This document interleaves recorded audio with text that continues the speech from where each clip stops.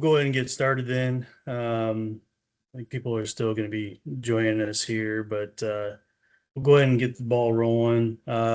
Thank you everybody for coming today. It always seems, I think last year we were did kind of the same refresher on some kind of burn days, and so um, we started doing these refreshers. I don't know, I can't remember when we started them, 2021. Just to kind of give everybody kind of a update before we get really into the prescribed fire spring burn season. Just to give everybody a quick refresher, keep everybody updated on some of the things that are happening across the state. I think it's been really good. One of the really interesting things for me, at least, has been looking back at some of the kind of the early season stuff that we talked about and how it has either lined up or changed throughout the years or throughout the spring seasons. Just like last year, when we talked about how dry it was, and I thought that for sure that there wouldn't be much burning happening, and kind of ended up probably being one of the best years for prescribed fire on the landscape that we had, at least until April 22nd. So, um, but uh, on the screen, you can see kind of the agenda today. Start off talking about kind of the year in review, and then talk about some safety orders, watch outs, and then we're going to get a kind of weather and climate outlook from Eric Hunt with University of Nebraska Extension. And Ashley's going to talk about some leadership on the Fireline. And then Matt Stoltenberg with the North Central PBA is going to kind of highlight some of the work that they've been doing, and all the great work that they've been up to. And then I'm going to close it out with just talking about some of the things that we see, the kind of a reoccurring themes that happen every year, things to look out for, and then close it out with a little bit of maybe some discussion. We'll see kind of where time is and everything, but feel free to, I think I got everybody's mics muted, but feel free to drop stuff in the chat if you have questions or want, kind of more clarification about some things. Feel free to jump in there, and we'll be monitoring that throughout the day too. So, all right, we're going to jump into it. Let me pull up my presentation.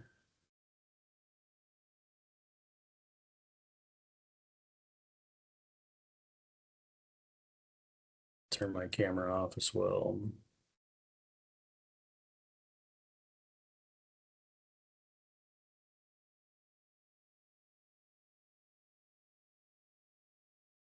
So like I said, gonna start off just talking a little bit about 2025 and year in review, how things went.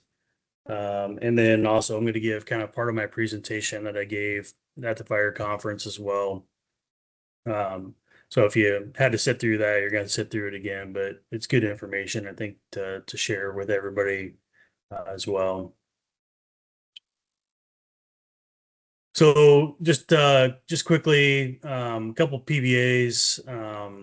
This is kind of where our map is with our burn associations or landowner-led groups across the state. There's a few in there that are also getting started this in 2025 and also 2026 that are not on this list. Basically, I want to throw this up there too, that if you see new groups popping up or your group is not on here, make sure you reach out to us and we can kind of get that added to the list. It's a pretty powerful map. If you go back to 10 years or so, there would only be, 7 or 8 of these that are probably on this list. And so, they continually grow exponentially across not only Nebraska, but across the state or Great Plains and across the country. I probably need to pull up all the list or the map that they have of all the ones across the country, but they're just exploding. And that's just basically to say that, I think people are recognizing the need for prescribed fire on the landscape and taking action. And so that's incredible to see, but also with that also comes, the need for making sure that we're responsibly using prescribed fire across the landscape as well. So in 2025 at this workshop, this refresher last year, we kind of knew going into it that there was, we were in widespread drought, in early February. Um, and it was, dry, but we had really good burning conditions early on. There was burns, like this year, there's burns happening right now. And most of those conditions, through April or so, we had pretty decent conditions, although it was dry. And then, of course, about April 21st, April 22nd, the governor implemented a statewide burn ban after the Plum Creek fire. And then moisture returned from that mid-May to mid-September roughly time frame, it seemed. It pretty much, I don't know, it felt like it rained all summer. It's like there was rain and then it dried out a day and then there'd be another rainstorm. So it felt like we had lots of moisture uh, through the summer, which now is, something to consider for the 2026 season, which we'll talk about as well. And then, of course, late summer, fall, it dried out again. And then late fall, early winter, it got really cold. And then 2026, again, like we're starting out, it's really cold in January and then still not receiving a ton of moisture. So after the spring season, we had sent out a kind of a fire use survey to as many people as we tried to collect the majority of acres that we could to kind of see where we stood in terms of how many acres that were accomplished because it felt like we got a lot done across the state. So we were wondering, is there a way that we potentially could, quantify how many acres? And so we basically uh, sent that out in a, I think it was a Google form or a Microsoft form or something like that. We got 26 different PBAs, state, federal, city, NGOs to respond to that, and collectively came up with about 92,000 or 93,000 acres roughly that were burned across the state. Now, this does not include, I, I I hate to hazard a guess, but I would say that a majority, this maybe captured 70% of the total acres that were burned across the state, maybe 80 at the most. Because we're not taking into account, many of the landowner burns that, people do outside of PBAs or, state cities, stuff like that. So, those acres all add up really fast. 80-acre burns or 100-acre burns, 200-acre burns, like those all add up when we see kind of the, um, when you're driving back from a burn or driving to a burn or you're at a burn and you see all these smoke columns, there's oftentimes I'm like, oh, I wonder who's burning that. So a total of 368 burns that we collected on that 93,000 acres, which, so there was one PBA we did not get information back from. And I think somewhere somebody said that they burned like 6 or 7,000 acres. So like we're probably at 100,000 acres. And if you look at the Coalition of Prescribed Fire Councils, I think that the majority of acres, reported acres that they have is always less than 100,000 acres. And so I would fully expect when they do a new survey for the 2025 season that we're going to be well over 100,000 acres, in completed acres, which is probably the most we've ever had in the state from a prescribed fire standpoint. So pretty incredible. In that survey, we also asked a number of things about was there a number of fires without burn permits, number of fires without burn plans, 0. And then we also asked about spot fires or slop overs versus escapes. And again, for these purposes, a spot fire slop over is just, was there a spot fire slop over and was it contained with resources on hand? A total of 51 fires of that.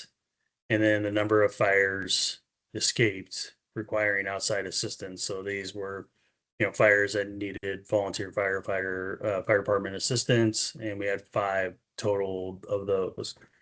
And in there, and some of the comments that came back, some of them were the day of, some of them were the day after. There was one that was, maybe 2 days after the fire, some log or something had kicked up because it seemed like a lot of burns that happened this past spring. There would be, a couple good burn days, and then we'd have, red flags for like 2, 3 days in a row. So that roughly came out about 13 or 14% of the burns that were recorded had spot fires or slop overs, which is not, highly unusual, especially considering the drought conditions that we had. We prepare for those when we're writing burn plans and getting equipment and enough people on our burns. And then about 1.6% of those fires required outside assistance. And when we look back at Oklahoma State, they did a couple different studies, but one showed a 20% spot fire rate and a 1.5% escape rate, and then the other one had 16.2% spot fires and a 3.6 escape rate. So I think that the numbers typically align fairly closely of what they showed in that Oklahoma State study. Although that, we want zero escape rate, if possible, but like everything, there's, um, driving to it. There's always variables that are going to be a factor in that. One of the things that we did, we implemented a few years back was we had every one of our staff was basically assigned to, after every fire, go in and input like, where was the fire, what happened, notes, lessons learned, things of that nature. And so I thought it was kind of interesting. And if you're at the fire conference this fall, this is kind of the same information, but we had 30 staff on 284 fires for 81,000 acres. And it was a lot of data that we collected in there. But basically, we threw it into AI, basically all the notes and lessons learned, and basically all the things that, show up on a burn. Basically, we're using the notes and lessons learned as a way to, better ourselves and, better prescribe fire across the state. So we threw it into AI, and because there was a lot of information, and it basically spit out these categories: safety, communication, planning, equipment, weather, crew coordination. And these are all like, basic concepts of prescribed fire that we talk about, all the time about, safety and efficiently getting fire on the landscape. So I just wanted to briefly just touch on some of the things that kind of came out through that and discuss them. So a couple of things that popped up this past, last couple of years, especially in 2025, we had a lot of, unscouted hazards like power pools or brush piles that were, maybe not identified, that led to unexpected flare-ups or suppression efforts, basically having to go on the fly and mitigate those, and that kind of tracks with a lot of what 2025 was, right? There, we didn't have a lot of snow last winter before we started burning in February. So a lot of brush piles did not get burned, right? So we had these unexpected things like we still, those burns still happen and maybe weren't mitigated ahead of. Mop up was a really big one in 2025. Cow pies, thatchy lines were a really big issue. And we'll talk about that more later. Unsafe practices, using chainsaws without PPE. Again, that's pretty standard across a lot of people don't wear PPE, but, as mentioned several times, a lot of times people got onto unfamiliar equipment and didn't necessarily know how to run it. And that's something that, we often talk about in briefings, and, making sure that whoever's running that equipment knows how to run it. And then burning on or near high risk days. A lot of the burn days that we did have in 2025 often crept toward, the lower end of our parameters, humidities or winds and stuff like that. I think we made the decision in 2025 kind of early on that we weren't approving any burn plans, if they were, gusting to 25 miles an hour, where normally maybe in a year where it wasn't drought conditions, we would maybe approve plans that were gusting to 25 in some cases. And again, communication on burns, radio reliability, radio always kind of is always one of the number one causes of problems on burns. It seems like that, whether, not everybody had a radio or radios died or the radios weren't on the same frequencies or they couldn't communicate, so one of the big things that we talked about for this year is that we need to make sure that we're having those, radio checks, making sure that everything's working and having spare batteries, things of that nature. Unclear assignments cause confusion and inefficiencies. There was a couple comments. There was one comment that stood out to me in particular that somebody was on a burn and they were told three different assignments in the span of like 10 minutes and they weren't sure what they were supposed to be doing. So just, ensuring that everybody knows what their job is or their role is on a prescribed fire and making sure that, they know where their chain of command is, who are they supposed to be, working with and getting the okay from things of that nature. And of course, burns with that strong communication, noted those smoother operations. And I think that, one of the things that I saw specifically was, in times, when we're out burning, especially in conditions that are droughty or high fuel loads, is that communication with your crew and the people that you're burning with is really important. And you can change, and sometimes, depending on the conditions, the communication changes, or depending on who your crew is, your communication styles change as well. A couple of things that were noted was there was, some lack of pre-burn briefings or even, post-burn ARs. So it kind of limited some of the learning or the coordination. The other thing that we saw was a lot of rushed briefings. And so, one of the things in 2025 is that, toward the end of the day, our conditions, our humidity would be dropping out. And so there was often a rush in the briefing to get going. And I think that that led to, some of the lack of communications or the role clarities and some of those things because they wanted to get started and get it done before, the humidity dropped out in the afternoon.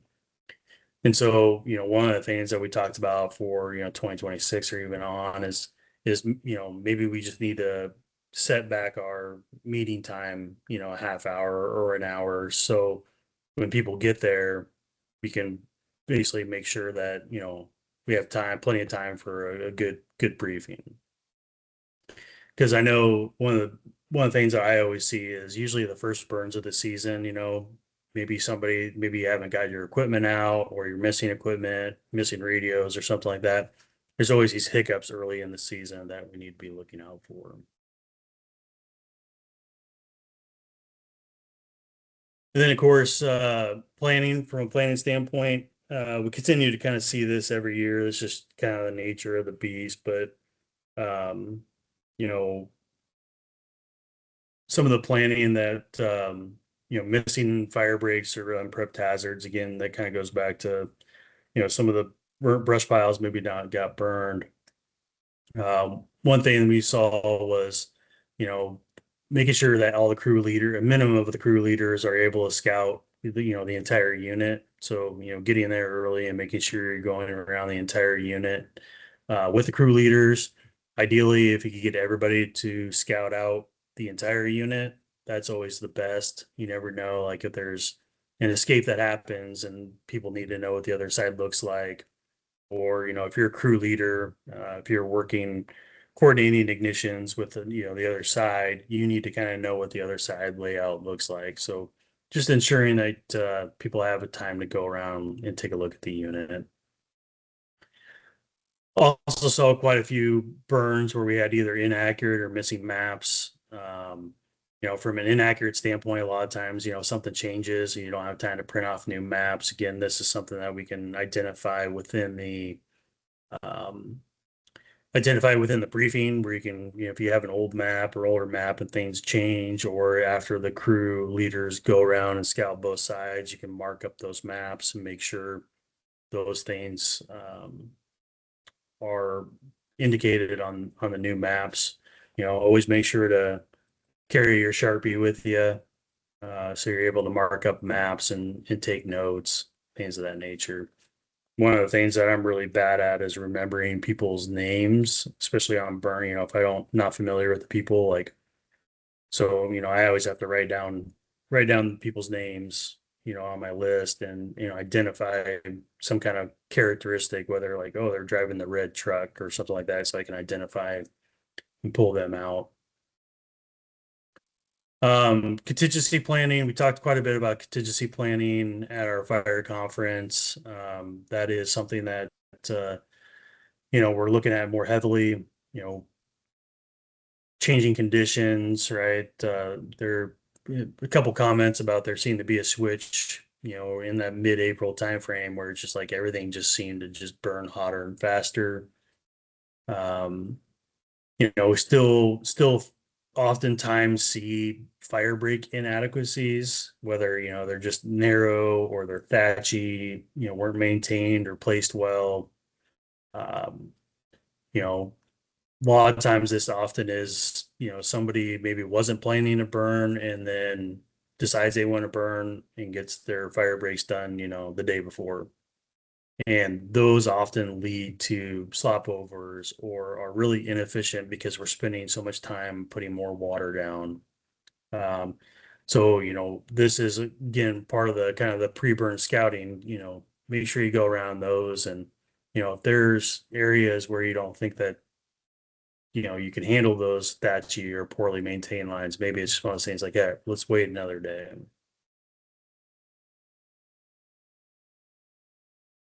Some equipment issues, malfunctioning pumps. Again, this is just kind of part of the deal too, where, pumps are going to go down. So, in our contingency planning, we need to make sure to factor in those type of things, whether it's like dirty water that clogs up filters or pumps that freeze from the night before.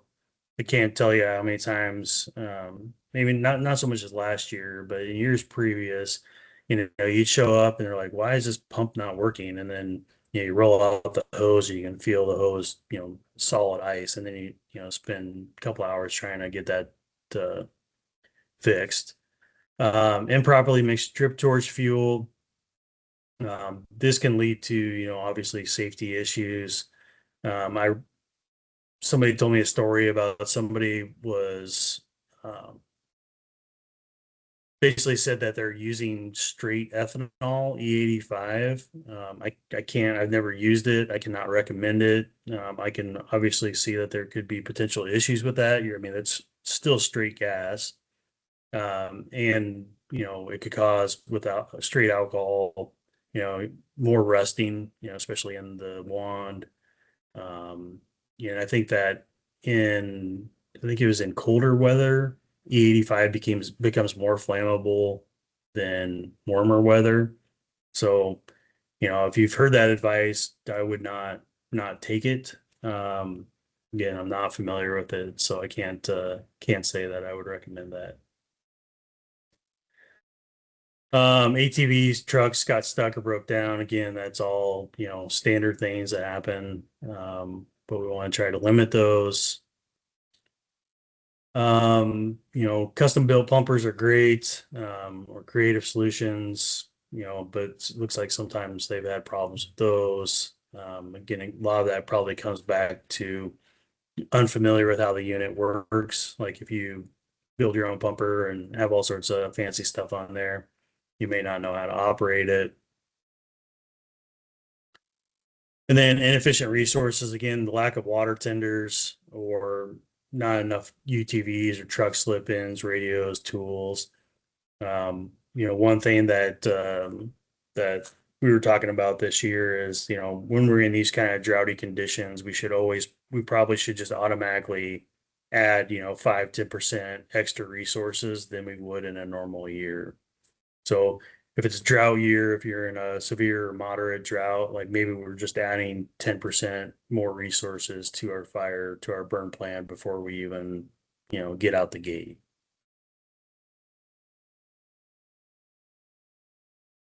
And then, of course, weather was a big one. Many of the burns reported wind shifts or RH levels that were differed significantly for the cat forecast. And I absolutely saw this from last year as well. It just seemed like the weather forecasts were just not as accurate than they have been in years past.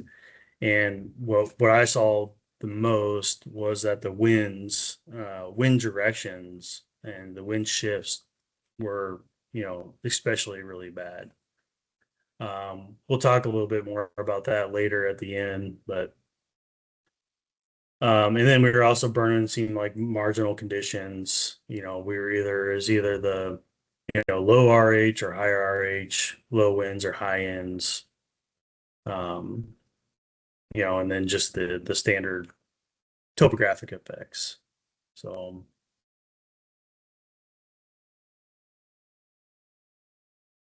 and then we saw a lot about crew coordination. This just goes back to all those dynamics, right? You have all these, especially within our PBAs, you got different people coming in and helping burns that you don't necessarily know what their experience level is. Sometimes they were very inexperienced and you had to basically walk them through and talk to them about, what to do and why they're doing it. Um, and so a lot of times if you're don't have enough crew members and a lot of them are inexperienced, you're typically shorthanded. And so it's harder to provide, critical roles or have those that give those guidance in those roles. And sometimes that can lead to mistakes. And that's pretty expected in, kind of an emerging fire culture, right? That there are people that not necessarily don't know what they're doing, but are still learning themselves. Um, some burns suffer from indecisive or overbearing leadership. Again, there's always that kind of balance in leadership styles on burns where, I've been on burns where you don't hear from the burn boss all day long, and then others where they're basically plotting and dictating every move, and both of those can be good and bad depending on the burn. But typically we see that, calm, clear direction leadership, so if you're a leader on a prescribed fire, just make sure that you're providing that calm, clear direction on fires. Typically have the best outcomes. And then going back to the training and mentorship, the good planning, good preparation, emphasizing, teaching. I'll say this every year, but when you're giving guidance to somebody, like you ask somebody to do something, if they're fairly new to burning or something, I always explain why we're doing something, right? Just telling somebody to do something is one thing, but telling them why you want them to do it offers a lot more benefits because now there's those things are starting to click in their brains like, oh, okay, yeah, I understand that. That makes sense. Um, and of course, if you have inexperienced crews, they could slow down your operations and increase your safety risks as well. So just thinking about those things in terms of trying to um, make sure that we're efficiently and safely getting more fire on the landscape. So I think that was it for that.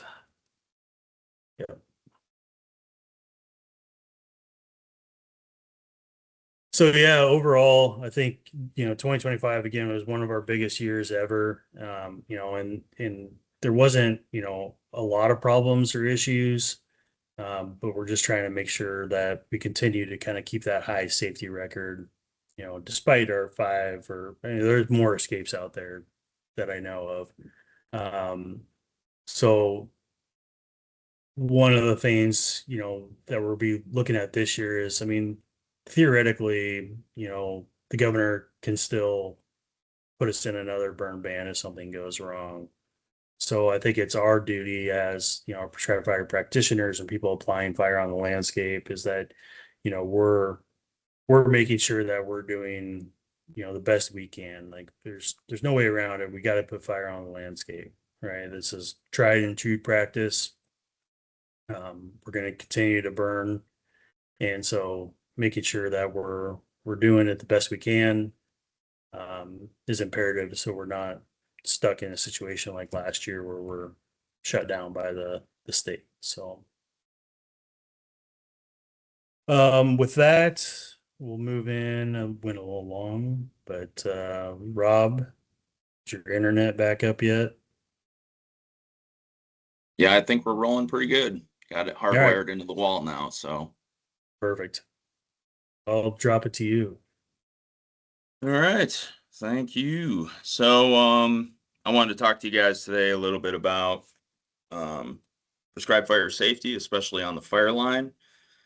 Brian really hit on some key points of some lessons learned from this last year that I think we can apply into this season to have a really good start going forward.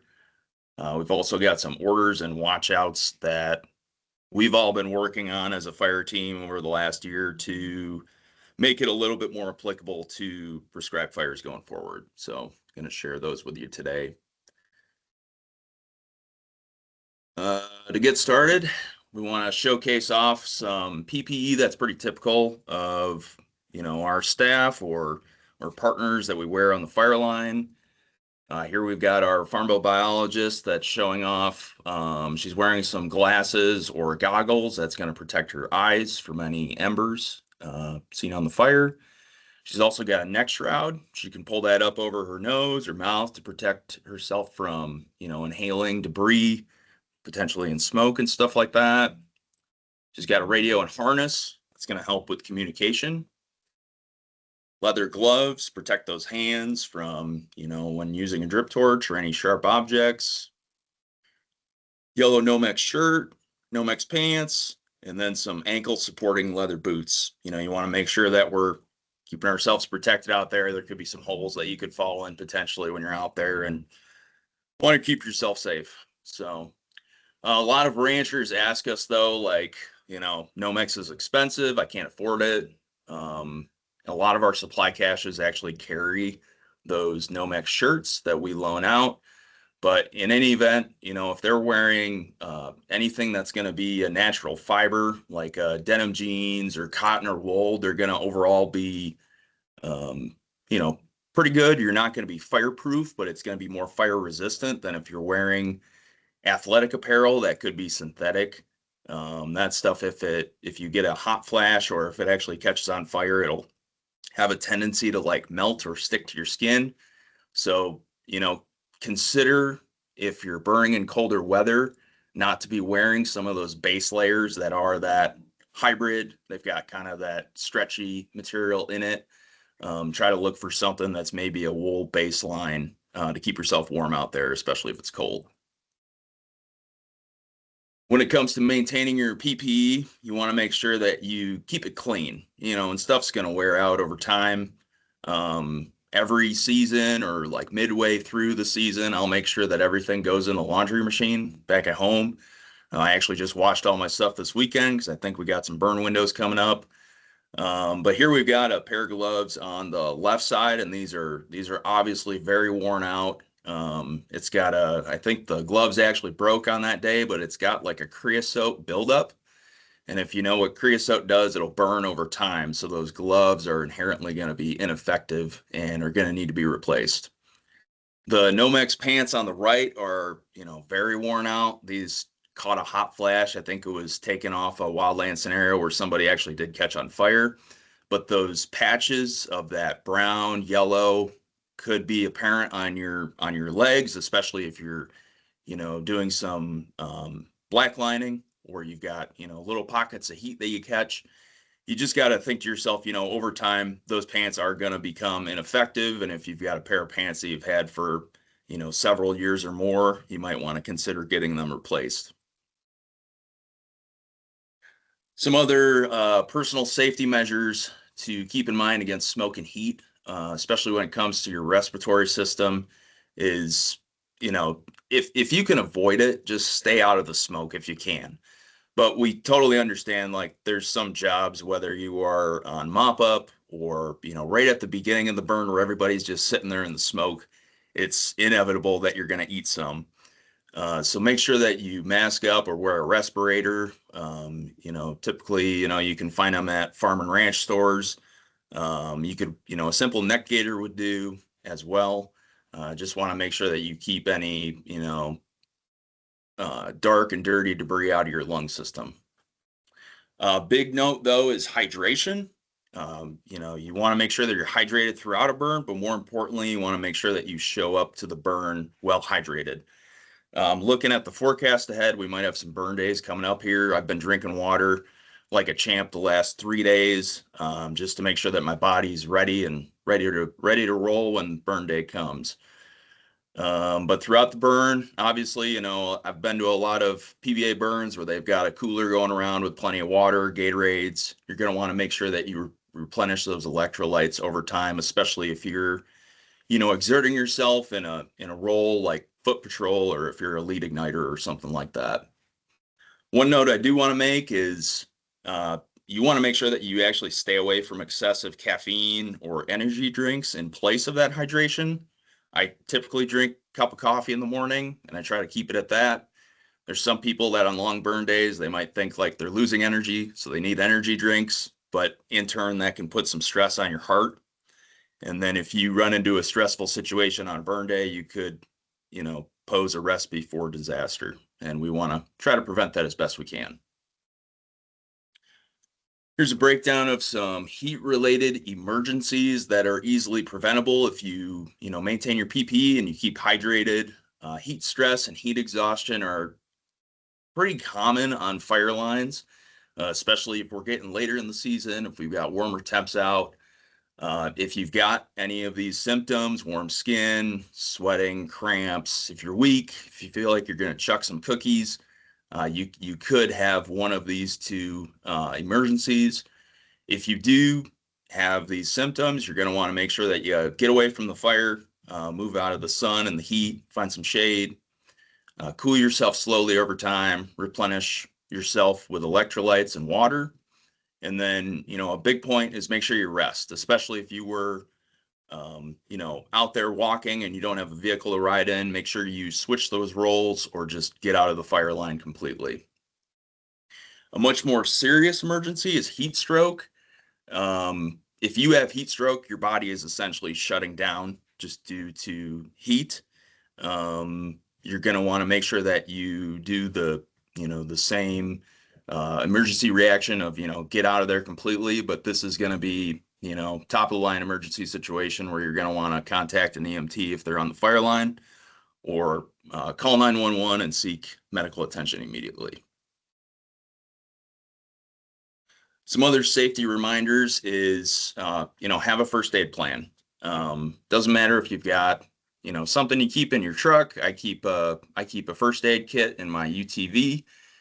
Some people, for bigger burns, if you got 50 people out there and your age is your age median is way up there, it might be a good idea to ask your local volunteer fire department if they want to provide an EMT to be there just in case of emergencies. But if you're on the fire line or foot patrol, you're going to want to make sure that you stay visible. We've got a lot of rigs out there that are pretty hefty, carry a lot of water. It's a lot of weight. If a brake were to malfunction, you could have an issue in front of you. Going back to PPE, you're going to want to watch your step, especially if you've got, especially if you're walking out in a burn unit, and there's gopher holes or there's trees down, you're going to want to make sure you maintain that safety there. If you're in a vehicle, you're going to want to make sure that you secure your cargo so you're not spewing fuel or drip torch canisters or, hand tools all over the place, because that could pose risks for other people. You're going to want to make sure that you keep your headlights on throughout the burn, especially if it's super smoky out. And then be cautious, especially if you're navigating through steep terrain or, other topography features. Like I said, if your vehicle breaks down and you're on a slope, that could pose a pretty hazardous situation. As a crew member, everybody has responsibilities, right? Maintain your LCES, which is your lookouts, communications, escape routes, and safety zones. Make sure you address any safety concerns before, during, and after your prescribed burn. During the briefing is great too. Ask questions during the briefing. Keep an eye on each other. Talk to each other, your crew members, your burn boss. Obviously you see something, just make sure you say something. And so these are the Wildland 10 and 18s that if you take any of the NWCG courses, they can be found in the IRPG. And these lists are developed from real life incidents that provide wildland firefighters basically a set of best practices or rules given certain scenarios to be mindful of when responding to a situation. These are, they're very applicable to prescribed burning, but in turn, related back to Brian's presentation that came first, we've been looking through a lot of the reports, issues and concerns from our staff, landowners, PBAs, some lessons learned, and after action reviews to tailor these 10s and 18s to be more applicable to prescribed fire situations. So going with our prescribed fire orders, these are kind of grouped depending on some topics that are applicable to this scenario here. So with fire behavior, we're going to want to make sure to keep informed on fire, weather, conditions, and forecasts. Know what your fire is doing at all times. Base all your ignitions, holding, and patrol on current and expected fire behavior. And this goes back to using a lot of the resources that we have available through the National Weather Service. See if we're in a red flag scenario, see if we've got some nasty fire weather ahead. You want to keep your head on a swivel, but you also want to try to predict the future and try to, base all of your plans off of what's going to be coming. Fireline safety, you want to make sure that you identify your escape routes and safety zones, your LCES, make them known to your crew. A big one is be alert, keep calm, think clearly, act decisively. There's nothing worse than having a burn boss, like Brian was saying, that's either all over the place, could be overbearing, could be telling you multiple things to do, or a crew boss for that matter, and you don't know what to do. There's also situations where you have, crew leaders that are freaking out if a situation occurs. You just got to calm down, because when you start freaking out, then bad things happen. You want to make sure that you're familiar with your equipment, keep within your personal and physical limitations on the fire line. Here's a picture of a fella from the South Loop Burn Association. He typically jimmy rigs his own equipment, which is awesome because you see different ways for equipment to find its way on the fire line. You can see some, they can kind of like tinker with it over time. They can make it better year after year. And this is great, but let's say John, this fella here, was assigned a different role, and then somebody else was assigned to operate his rig. Like, you want to make sure that you know how to operate that rig. Otherwise, if your crew boss is counting on that rig and you don't know how to operate it, it's making you and the rig ineffective, and it could be an unreliable situation then. So organization, you're going to want to make sure to maintain your communication with your crew leaders, and the burn boss. Give clear instructions and be sure that they are understood. Always maintain your leadership and crew structure. Goes back to that chain of command. I always say, leave your ego at the door. You got to work together. We're all kind of here for the same thing. Let's make sure that we all go home at the end of the day too. And then with orders 1 to 9 considered, if your prescribed fire needs to be extinguished or becomes a wildfire, fight the fire aggressively, having provided for safety first. And this could be a simple scenario as you do your test fire and you're just like, it's just not the right day. There's nothing wrong with hosing it out. or you might actively be on a fire and you've got a wind shift coming in and there's no way to, ring your fire safely. So you're choosing to hose it out. Or if you do have escapes and you need to essentially become a wildland firefighter at that point. Just make sure that you stay in the black, maintain your safety zones and your escape routes, and go from there. So then with our fire watchouts, again, this is not like a finite or, set in stone list. This is just what we've observed here in the last year. A lot of this is very similar to those NWCG 18s, but just a little bit more applicable to a lot of the repeat warnings or red flags. So if you see this on the Fireline, it's not necessarily saying that, stuff's going to go haywire, but it is a little indication that, maybe you should speak up, maybe you should say something, have some discussions with your crew leaders. The first one is your burn unit, fire breaks, and hazards are not scouted in daylight before the prescribed burn. This is a night burn photo that I took. I planned the burnout. We actually had our crew show up while they were still able to see the burn unit at about 5, 6 o'clock. Everybody drove around the burn unit, and then we waited for the sun to go down before we lit the match. Sometimes if you're doing a night burn, you might show up at 10 o'clock, and then you have to rely upon the planners or your crew leaders or the landowners to verify that what's on the map is actually applicable in real world to what you're going to be walking through. If fire breaks are vague, inadequately prepped, or contain hazards, here's a couple pictures. Here's a petrol line, then here's a real steep canyon next to a fire break. Stuff to make sure that's marked on a map or, flagged out ahead of time so that people aren't driving through smoke and putting themselves in harm's way. If staging areas, safety zones, and escape routes are not identified, or if you are unfamiliar with the weather, topography, and local factors influencing fire behavior, both red flags, again, LCES for number 3.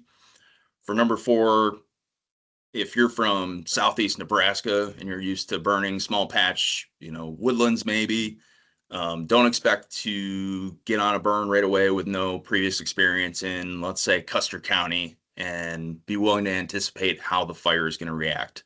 And, vice versa too.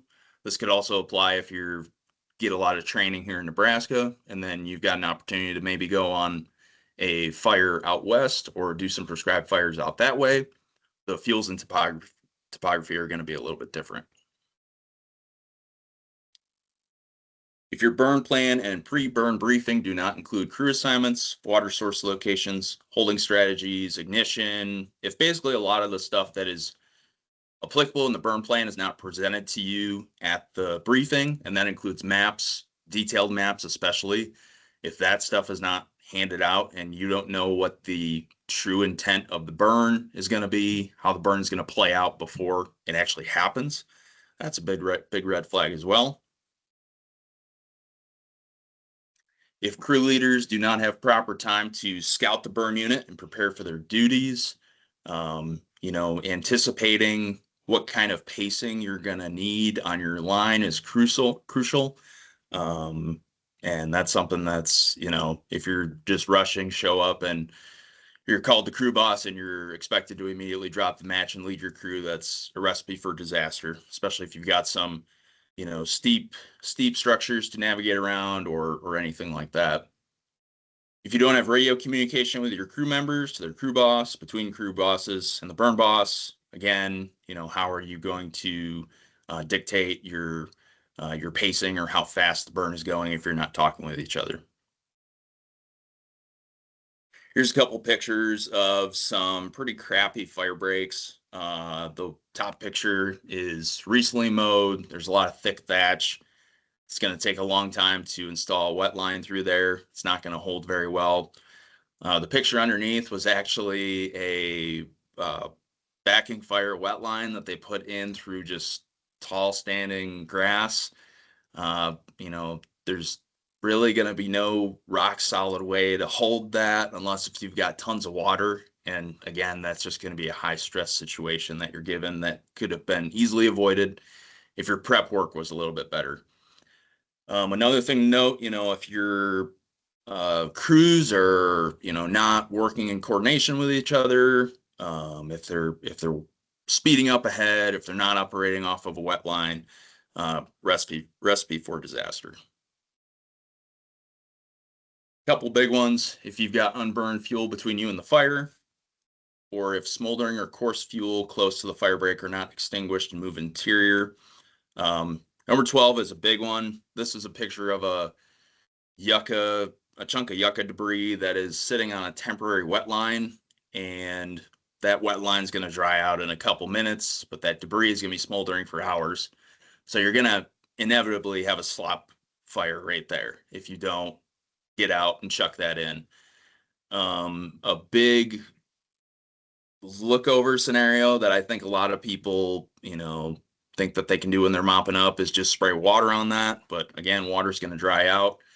Cow pies are probably the worst culprit, especially right on the fire line. I know it takes a lot, but I can't stress it enough. Get out, kick them in, rake them up, break them up, put water on it then. Just spraying it is not going to do anything. If you're on another flank crew, or maybe you're doing some interior ignition and you can't see the fire, or you're not in contact with somebody who can, that can definitely pose an issue too. When it comes to weather, if you're starting the prescribed fire much later in the day than initially planned, you're going to tend to hit that wall to where your ignition start time is going to be right in line with as temps are going up and relative humidity is dropping. You could also hit a period where you've got excessive winds and gusts, especially at the midpoint of the day. Also, if your winds are inconsistent, or gusts come out of nowhere, or your direction changes, you could have a head fire instead of a backing or a flanking fire. Something to keep in mind. If your crews are feeling excessive heat or smoke near the fire line, that can be easily mitigated, or your crew is experiencing slopovers or spot fires across the fire break, if you have one that occurs, that's one thing, but if you have 3, 4 on the same line, this may cause a situation where, it's never going to be just one specific thing all the time. It could be something as simple as, people are taking too big of a bite. Goes back to that crew coordination. Maybe your wet line's not as wide as it should be. Maybe, that water is not having sufficient contact with the ground and actually acting as a wet line. Something to kind of hold up, see what everybody's doing, see how you can change it, see how you can do it better. And then the last two, if crew members are not staying hydrated or are not outfitted with appropriate PPE, this goes back to the beginning of the presentation where I talked about the importance of staying hydrated and, making sure that we're protecting our body from the elements. Then lastly, if crew members are not keeping to their assignment, entering the burn unit, or leaving the operation without telling their crew boss, or are working under the influence of drugs or alcohol. If you're not reliable in that, you're showing up, you get halfway through the burn, and you go, oh, I got to go home and do chores. Like, if you have to, first off, make sure that you tell your crew leader ahead of time that you are going to be anticipating that you're going to have to leave around a certain time. Don't just leave at the end of the burn, because then we expect the worst when you're not accounted for. If you go in the burn unit without telling anybody, how's anybody going to know that you're in there when it comes time to ring the fire? And then lastly, if you're working under the influence of drugs and alcohol, we don't want you there. If you're going to be inebriated, you're going to put a bad face on, the culture behind prescribed fire, especially if we have a situation where we have an escape and people find out that that's involved. So, but again, these are just, it's kind of a working list. Nothing is set in stone. I'm sure stuff's going to change over time. We're probably going to add or take some stuff out of here, depending on what you guys submit for lessons learned. But yeah, Nope. So if anybody's got any questions, I think we can answer them. But otherwise, if there's no questions, I'll probably see a lot of you out there on the fire line and hope everybody stays safe out there.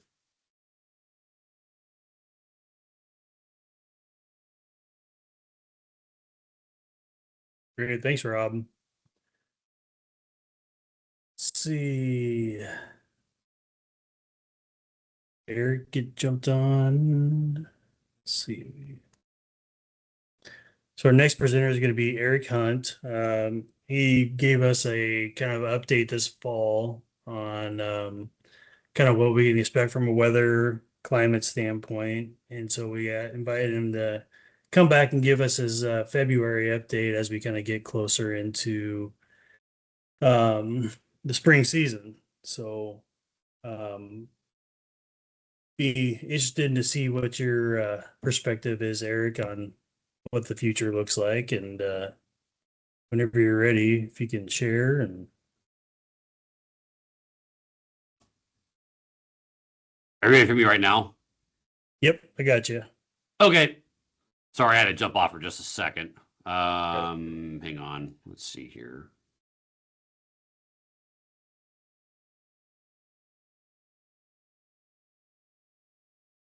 The top right hand corner there.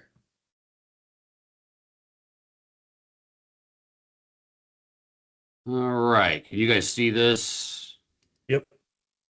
Okay. All right. Well, yeah, thanks for the invite. So I'll just start off. We had all-time record temperatures across a good portion of the state yesterday for this early in the season. We warmest temperature I could find in the state was 80 degrees near McCook. I think that's the Indianola site there in Regola County. But notice that a good portion of the southern half of the state was well over 70. In some cases, we were in the upper 70s.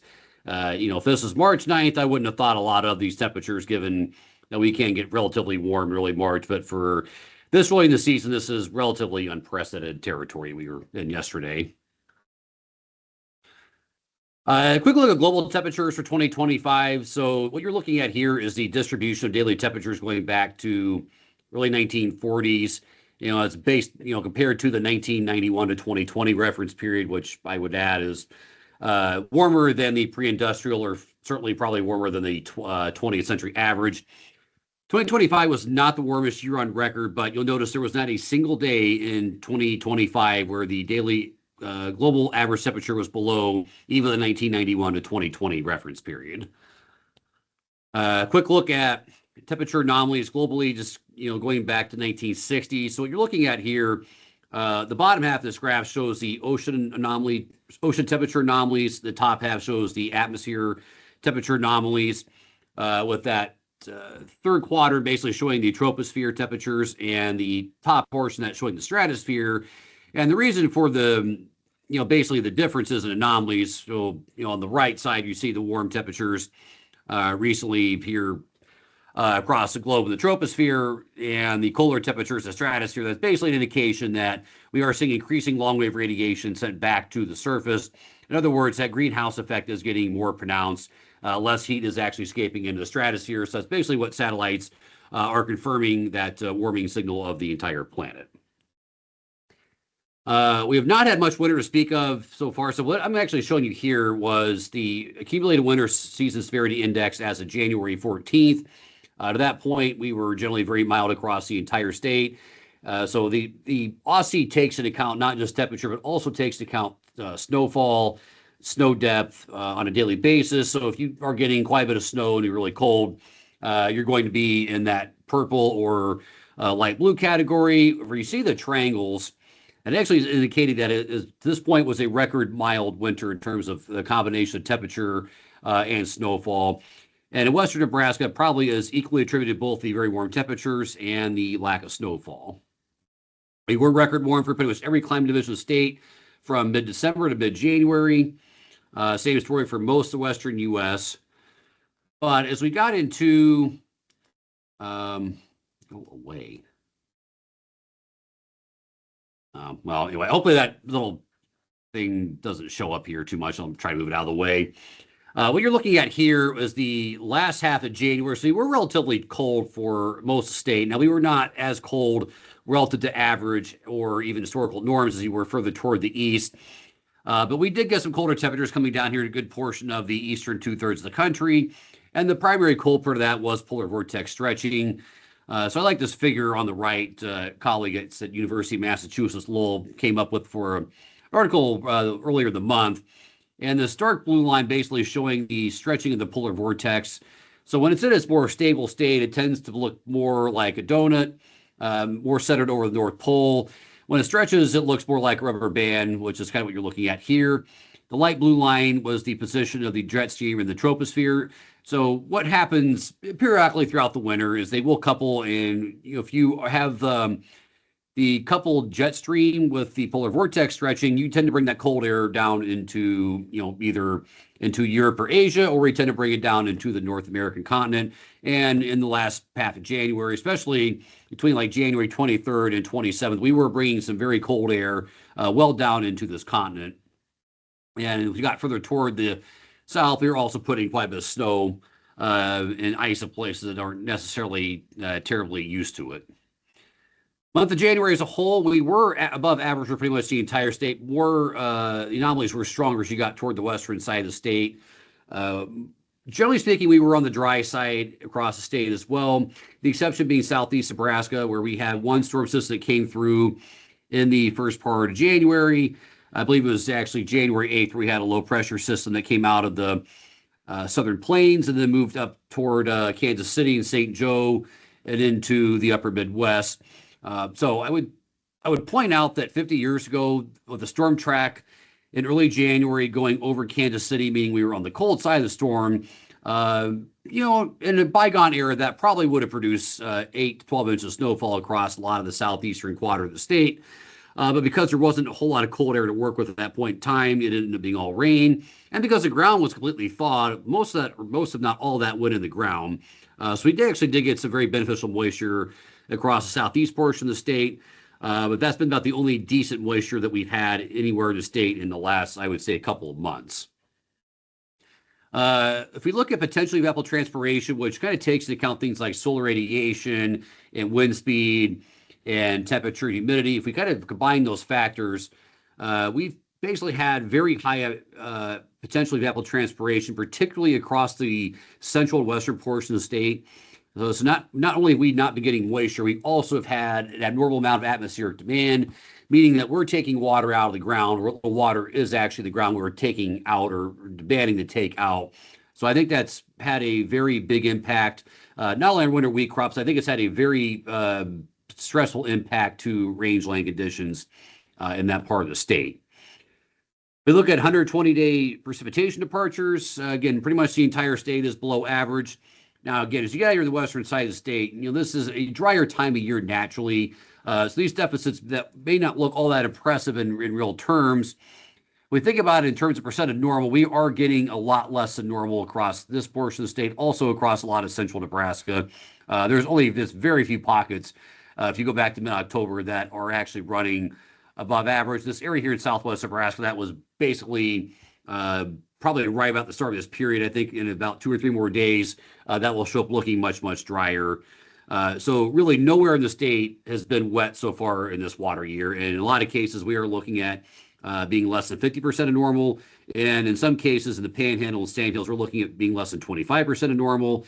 If you consider, just the abnormal warmth we've had a lot this winter, some of these windier days, lower humidity, we are having a lot higher atmospheric demand. We've had no snow cover. So this actually probably in some ways is not even capturing how bad the situation really is in some parts of the state. Soil moisture percentiles from NASA Grace show there's maybe a couple pockets that aren't too bad, but generally speaking, we are below average for soil moisture across the state. And this product has been very bullish on dryness across most of the Panhandle in a lot of southwestern, south central Nebraska in recent weeks. You'll also notice as you get further to our east into Illinois, northern Missouri, again, we have a lot of very dry conditions here across a lot of the Midwest and Delta regions. So, if you're interested, like, from corn, soybean production standpoint, we needed a lot of moisture in this region of the country in the next couple of months to kind of offset some of the deficits that have been occurring in recent weeks and months.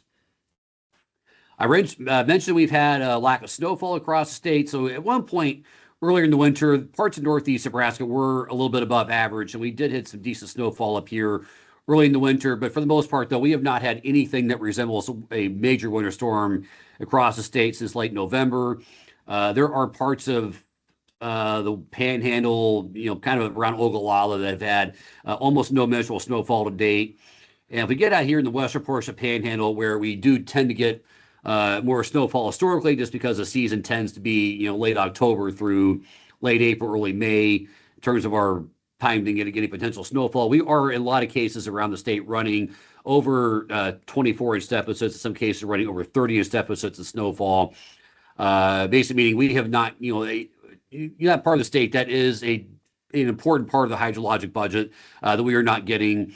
Maybe perhaps even more importantly, we've had almost no snow. We've had almost no snow cover for most of the winter across most of the state. The exception at times earlier this winter being northeast Nebraska. So that has exacerbated, I think, some of the losses of water out of the ground. What's also probably equally as bad is the west in terms of snowfall is very, very down. Now, again, earlier in the winter, we were getting decent snowfall in parts of California, but we haven't had much here in the last month. But I really want to draw your attention to this North Platte Basin here, Wyoming, parts of Colorado, that affects our water coming into the western portion of the state. So this is the most recent update from this North Platte Basin, just compared to climatology. So this black line is showing the current, the season to-date conditions. The green line would show the median. The red line shows the historical minimum prior to this year. So again, I apologize, you're colorblind, but this is the basically historical minimum. So you'll notice that at no point in this water season have we been remotely close to the median, and we are currently right now below the historical minimum. Now again, there's still time for this to recover somewhat, but it would take an immense change in snowfall in the North Platte Basin to get back to where we'd want to be for our traditional peak in late March, early April. Again, even just average snowfall probably would still keep us, at or near the historical minimum. So again, we need something to change in a real hurry to get something that resembles adequate moisture coming in from the North Platte Basin. And if this doesn't occur, I think there is a very strong probability that we'll be looking at record low water coming into western portions of the state later this spring. In terms of drought, most recent drought monitor for the state shows we have over half the state in drought, with increasing percentage of state in at least western portions of Nebraska in severe drought. Now, again, this is not as bad as where we were at this time last year, if it's any sort of consolation. But if we go back to September, we had less than 10% of the state in drought, and we had a large portion of the state that had no drought or abnormal dryness. We have seen a pretty big expansion of drought and normal dryness across the state in the last, say, month and a half. I do anticipate there being additional drought expansion this week. I've had a conversation with the author about putting extreme drought in the Panhandle. I've been advocating for that for about over a month. I think I'm finally going to get my wish this week. Not that I want to see that, but I think it is warranted out there. I would also anticipate there being more drought expansion. The Sandhills are probably going to see that normal dryness line push further toward the east because we are now past 30 days where we've had a decent precip in parts of eastern Nebraska as well. So in CONUS as a whole, again, we have drought conditions across a lot of these Central Rockies. So, areas that we really depend on, for some of our source of water are very, very dry. Northern Rockies in pretty bad shape. Southern Rockies not in great shape. And I would also just pay attention to this region down here, eastern Oklahoma into Tennessee, the mid-south region of the country. We really need some moisture to come through here as well, because our fetch of moisture from the Gulf, that is our main source of moisture as we get in the spring, is that good fetch of moisture from the Gulf. And if this area is really dry, that tends to reduce the moisture flux that we get back up from the south. I'll show you in a second. There's a chance we're going to make up some ground here in terms of moisture deficit. We really need to get this made up down here as well, because that also can pose problems for us going into the spring months.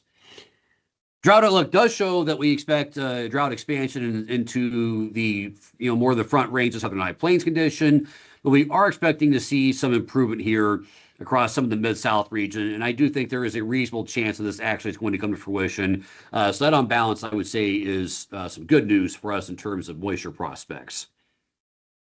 This might be the most interesting slide I'm going to show to this group is the significant wildland fire potential outlook that I got from this National Interagency Fire Center. I think NOAA probably has some input in this. Anyway, you'll notice they are showing above average conditions to our south.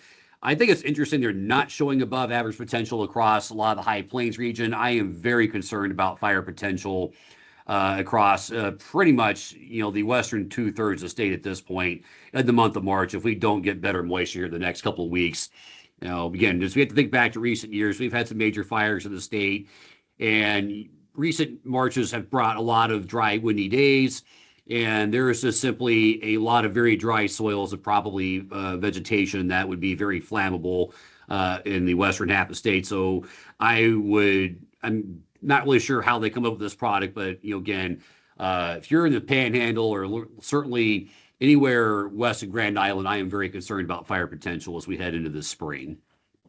Flood outlook. What this shows is a snow water equivalent. So again, we've had a lot of snow in the Northeast. We've had very, very little snow here across the Missouri Basin. So this was as of late last week. So there's almost no snow cover anywhere in the Missouri River Basin. And as such, there's basically no real risk of flooding along the Missouri. We do have some ice jam warnings across portions of eastern Nebraska from the recent warmth. Again, up here in the Red River, there might be pockets where we may see some flood potential, but not looking at that being a major risk this spring. But the warm temperature soils have really thawed out here of late. So this was as soil temperature averages yesterday were 40s in the west where we've been warmer longer, lower to mid 30s east. But as of about 10 days ago, we actually had the ground frozen about 8 inches down everywhere in the state. In a lot of cases, I think we had it frozen down more than a foot. So at the Mesonet site does show this actual numbers for the 4-inch bare soil temperatures. If you're interested in the vegetative soil temperatures and soil moisture contents, you can look at that on the Nebraska Mesonet site as well. Again, that's nemesonet.unl.edu.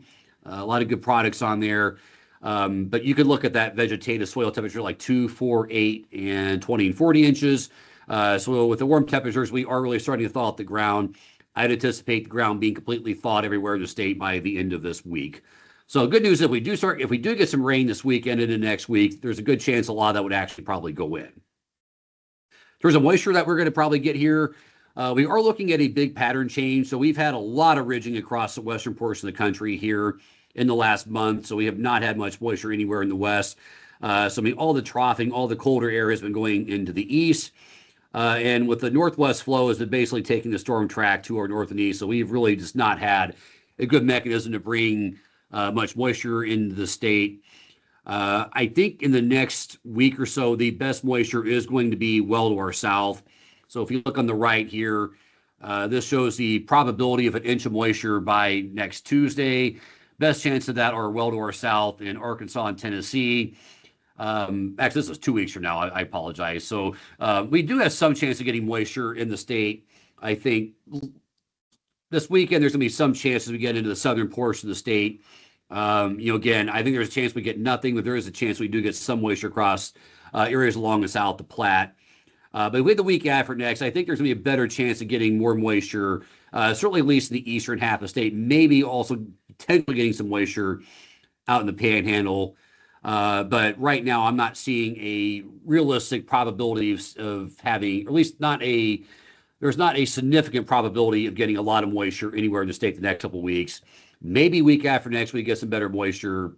We'll see. So I'm showing you here is the outgoing long wave radiation anomaly. So basically, this kind of show you how clear or cloudy something is. So, again, we tend to have more sunlight around the equator this time of year. And where we have clearer skies, we've had these reds. This may be a better picture. So where we see these purples, which means that we have negative anomalies of outgoing long-wave radiation, meaning we've had a lot more cloud cover, more of that energy is being trapped. Where we see the oranges and browns, that means we've had clearer skies. So we've had a lot of clear skies a lot of sunshine across the western 2/3 of the continent here on the last 3 days. But this kind of helps show you where we have more active convection in the tropics. And this kind of weird looking spaghetti plot is the Madden-Julian oscillation, which basically kind of shows you where we have that tropical convection. And if it has a stronger signal, that can have an indication as where we're likely to see more troughing and ridging, so high pressure, low pressure systems in the upper part of the atmosphere. So that really can have an impact on our sensible weather getting here into North America. And, with phase 3 in February, that does tend to show more deep troughing across portions of the northwestern United States. And I'm showing you this, meaning that, if this is a useful signal, which it can be historically, then we are likely to see some colder air penetrate the northern plains, getting into, most of Nebraska and probably getting a lot of the western Corn Belt as we get later in the month. And again, there have been signs in at least the artificial intelligence runs of the European model showing so that cold air this is likely to stay banked up here in northwestern Canada in the next week, may start really spilling out into Montana and probably at least potentially getting down into Nebraska, a lot of the central plains of western Corn Belt, and putting the warm weather in the eastern portion of the country. So again, this would, if this were to come to fruition, this would be basically a polar opposite split of what we've seen in terms of temperature anomalies, where we've been incredibly warm here across a lot of the plains and very, very cold relative to average across a lot of these. This would be a complete reversal of that. The European ensemble also does show at least some probability of getting 3 inches of snow. This would be primarily next weekend, not this coming week, but the weekend after next, and early that following week. So there are signs that we may be getting some snowfall as we get the latter portion of February. Now, again, last year we also were very devoid of snowfall across most of the state until about the second half of February. It's possible that we may see more snowfall coming in later this month, and maybe also potentially in the month of March. CPC, their most recent week 3 to 4 temperature outlook does not necessarily show that cold coming into Nebraska. They are showing it a little bit further toward our north up in North Dakota and Minnesota. They're favoring warm south, better moisture to our east, not necessarily showing real dry or wet in our area. So that's kind of a look at where we're probably going in the near term. Looking a little bit deeper in the crystal ball, we are currently in a La Nina. So this blue blob here shows colder than average sea surface temperature anomalies across the Central Pacific. What you'll notice as we get closer toward the South American coast, we see warmer waters. That basically means that upwelling here has been less than average. We have seen a weakening of the easterly trade winds. Translation: this La Nina is still there, but it is weakening, and the expectation as we head into the spring, as we head into neutral conditions, and we transition into an El Nino as we head into the summer months. So what that basically would mean is that we would see a lot more warm water here across this entire region, as we would see this warmer water back from Indonesia, Australia would push toward the west as we have some more westerly wind anomalies that would push some of that warmer water back toward the east. So that is the expectation as we head into later the summer months. So again, by the time we get late summer, there is a 60% chance that we are in an El Nino and a less than 10% chance that we are in a La Nina this summer.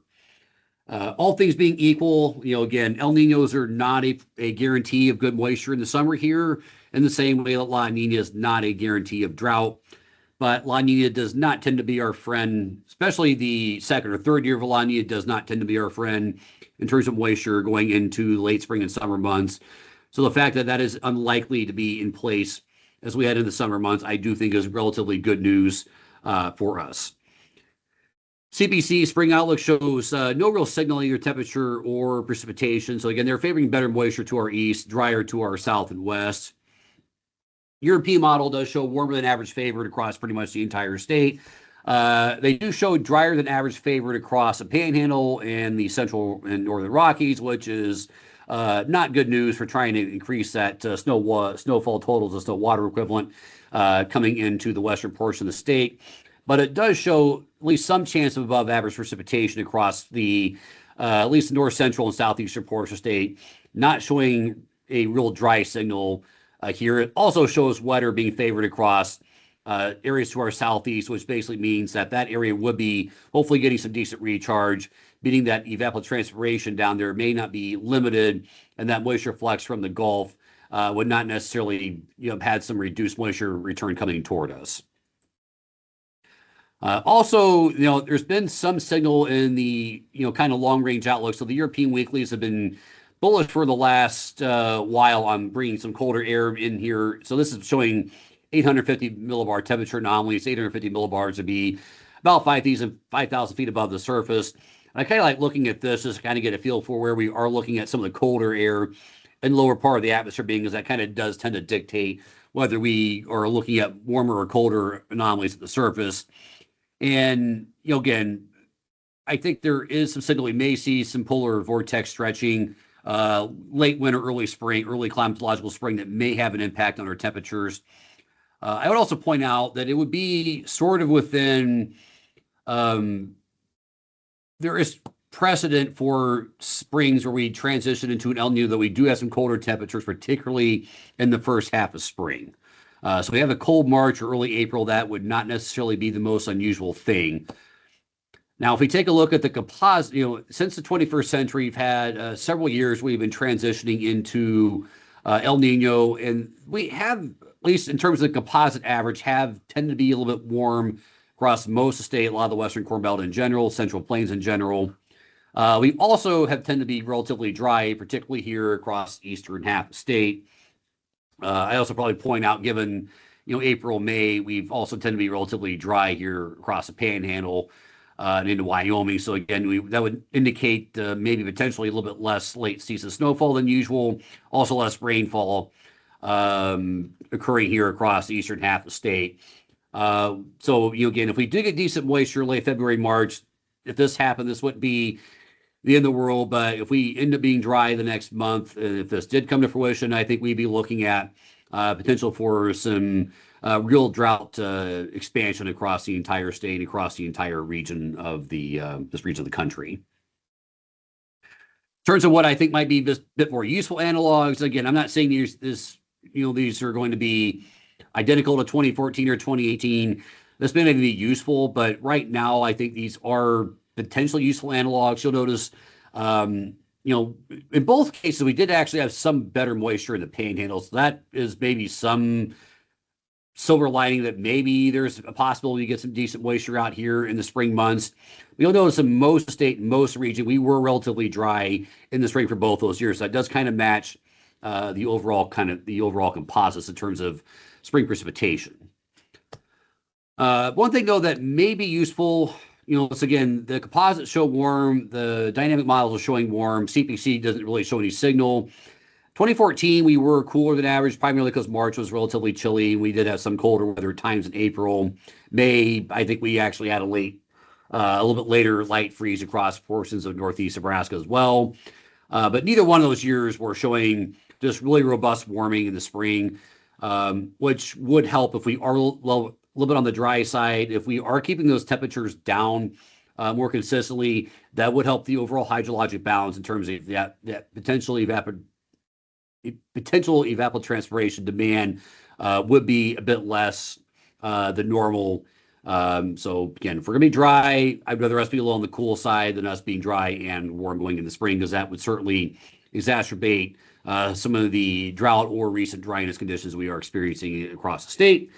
And I will stop talking and I'll take some time for questions that you guys have.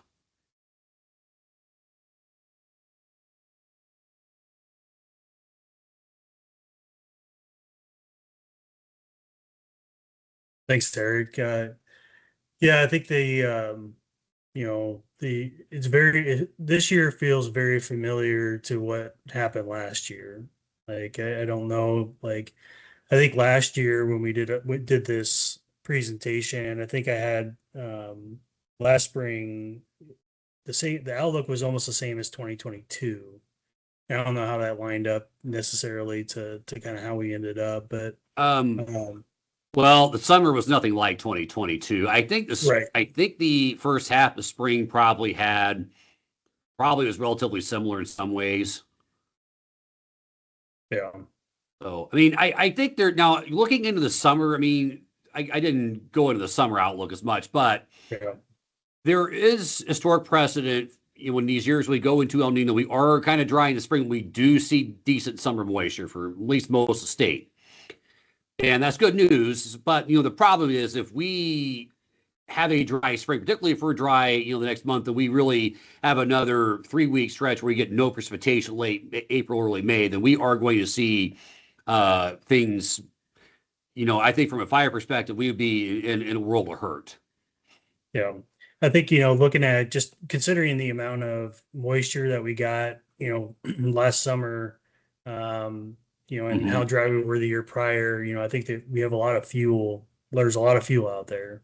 Yeah, sure. And, one of the things too that we talk about later, but, the not having the snow cover to tamp down some of those fine fuels and looking at that significant wildland fire potential. I don't know if they were using some kind of, old model where, it wasn't 80 degrees in February, Yeah, I don't know, but I really thought that was odd that just given the complete lack of moisture across a lot of the western half of the state this winter, lack of snow cover, warm temperatures, like I'd imagine the fuel fire potential is really pretty high in the western portion of the state.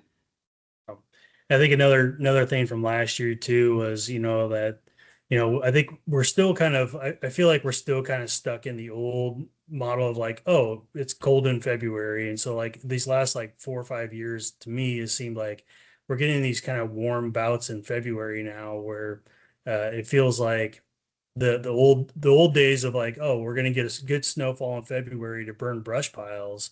But yeah, we're going to get a snowfall, but it's also going to be 70 degrees, 2 days later, and all that snow is going to melt, Well, and I think that we've had issues like that. If you think back to, so it was not quite this early in February last year, but it was about like February 18th, 20th timeframe. We had really, really cold temperatures come down into the entire state. We actually had some very late sub-zero high temperatures across the western and central portion of the state.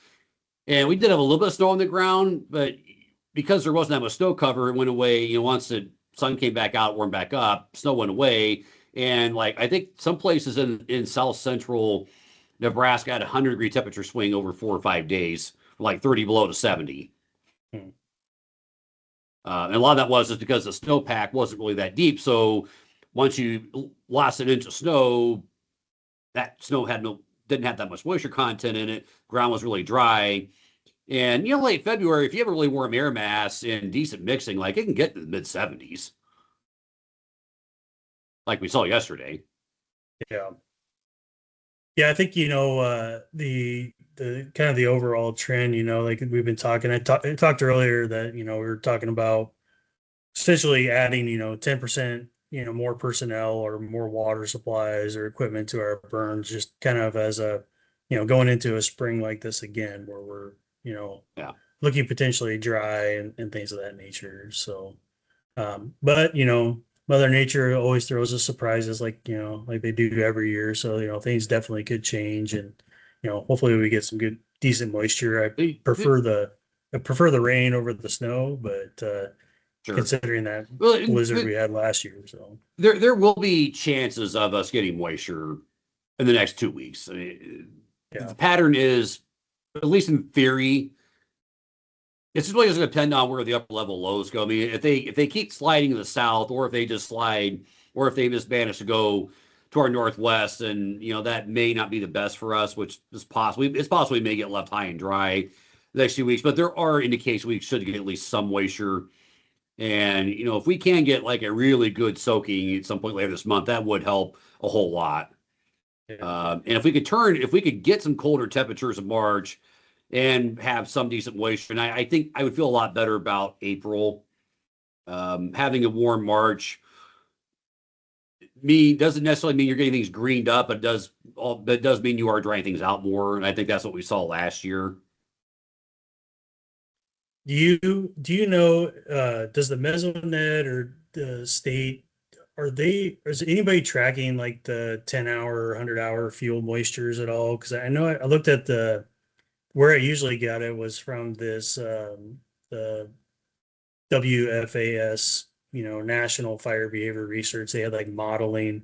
But do you know of anybody, are they tracking, anybody tracking the 10, 100-hour, 1,000-hour fuel moistures? The mesonet isn't at the moment. It's possible we could be able to do that depending on how that's calculated. I would certainly think that we would have the potential to do that, but I don't know where else we would get that product from. Sure. Looks like we had a question come in. Delayed green up or early green up on rangelands if temps stay up with no moisture received. Yeah, I mean, that would make sense to me that if we don't get decent moisture, which I mean, right now, especially the western third of the state, the prospects for good moisture are more iffy than they are further east. So I think that would be a bit more of an issue. The other thing too, you get out west. I mean, it's easier for it to get really warm in the day and then still drop to freezing at night, meaning that you're not necessarily going to get that green up because you are still freezing at night. But those warmer temperatures during the day are going to help exacerbate any moisture loss. Yeah, and I think we saw the same thing last year. I mean, it just seemed like We did. green up was real slow, and then all of a sudden it kind of, basically right after the ban there, it started to rain a little bit, and it really greened up fast. But yeah. Yeah, I mean, Cool. some of the products I like looking at for vegetation health or not, they're technically out of season at the moment. Those usually start kind of coming around more at end of March, first part of April. But I think it would be worthwhile discussion to figure out like what sort of fire weather product we could have tied with the mesonet. Because I think there would be the ability to do this. Certainly, we could have like some sort of fire danger risk product for the mesonet, because I think that it seems to me that we have or can have our worst issues in February, in the first part of April, if we have warm temperatures and no snow cover. Yeah. Yeah, I think, for me, from my perspective, it always seems like that, the 10, 100-hour fuel moistures seem to really be, really big. Like, our 1 hour fuel moistures, like we know those are, they're just 1 hour fuel moistures. But when you start seeing the real dryness from those 10 and 100-hour fuels, like to me, I think that's a huge signal for like, for the potentials from a prescribed fire standpoint, right? So, Yeah. Because that's, multiple or more bigger logs that are burning longer. And then, the pattern that I see typically is like we get really good burn day and then we have 2 red flag days in a row. And that's typically when we see, the issues of fires getting out after the fire, or embers getting up into a cottonwood tree and catching something there and it's burning, seem to be more of a signal for problems that we have. Like 1 hour fuel moistures, like that's, we typically prescribe fires based off of that. We're fairly comfortable with that, but when we get those higher, those 10 and 100-hour moisture levels start dropping is when I think we start seeing more problems from a prescribed fire standpoint. Mm-hmm. Yeah, I'll do a little bit of digging to see what we might have available around the state, or what we could possibly derive from existing data sets here. That probably would be very helpful. Yeah. Yeah, because the only thing I've ever seen just is kind of like, it's probably just, it's just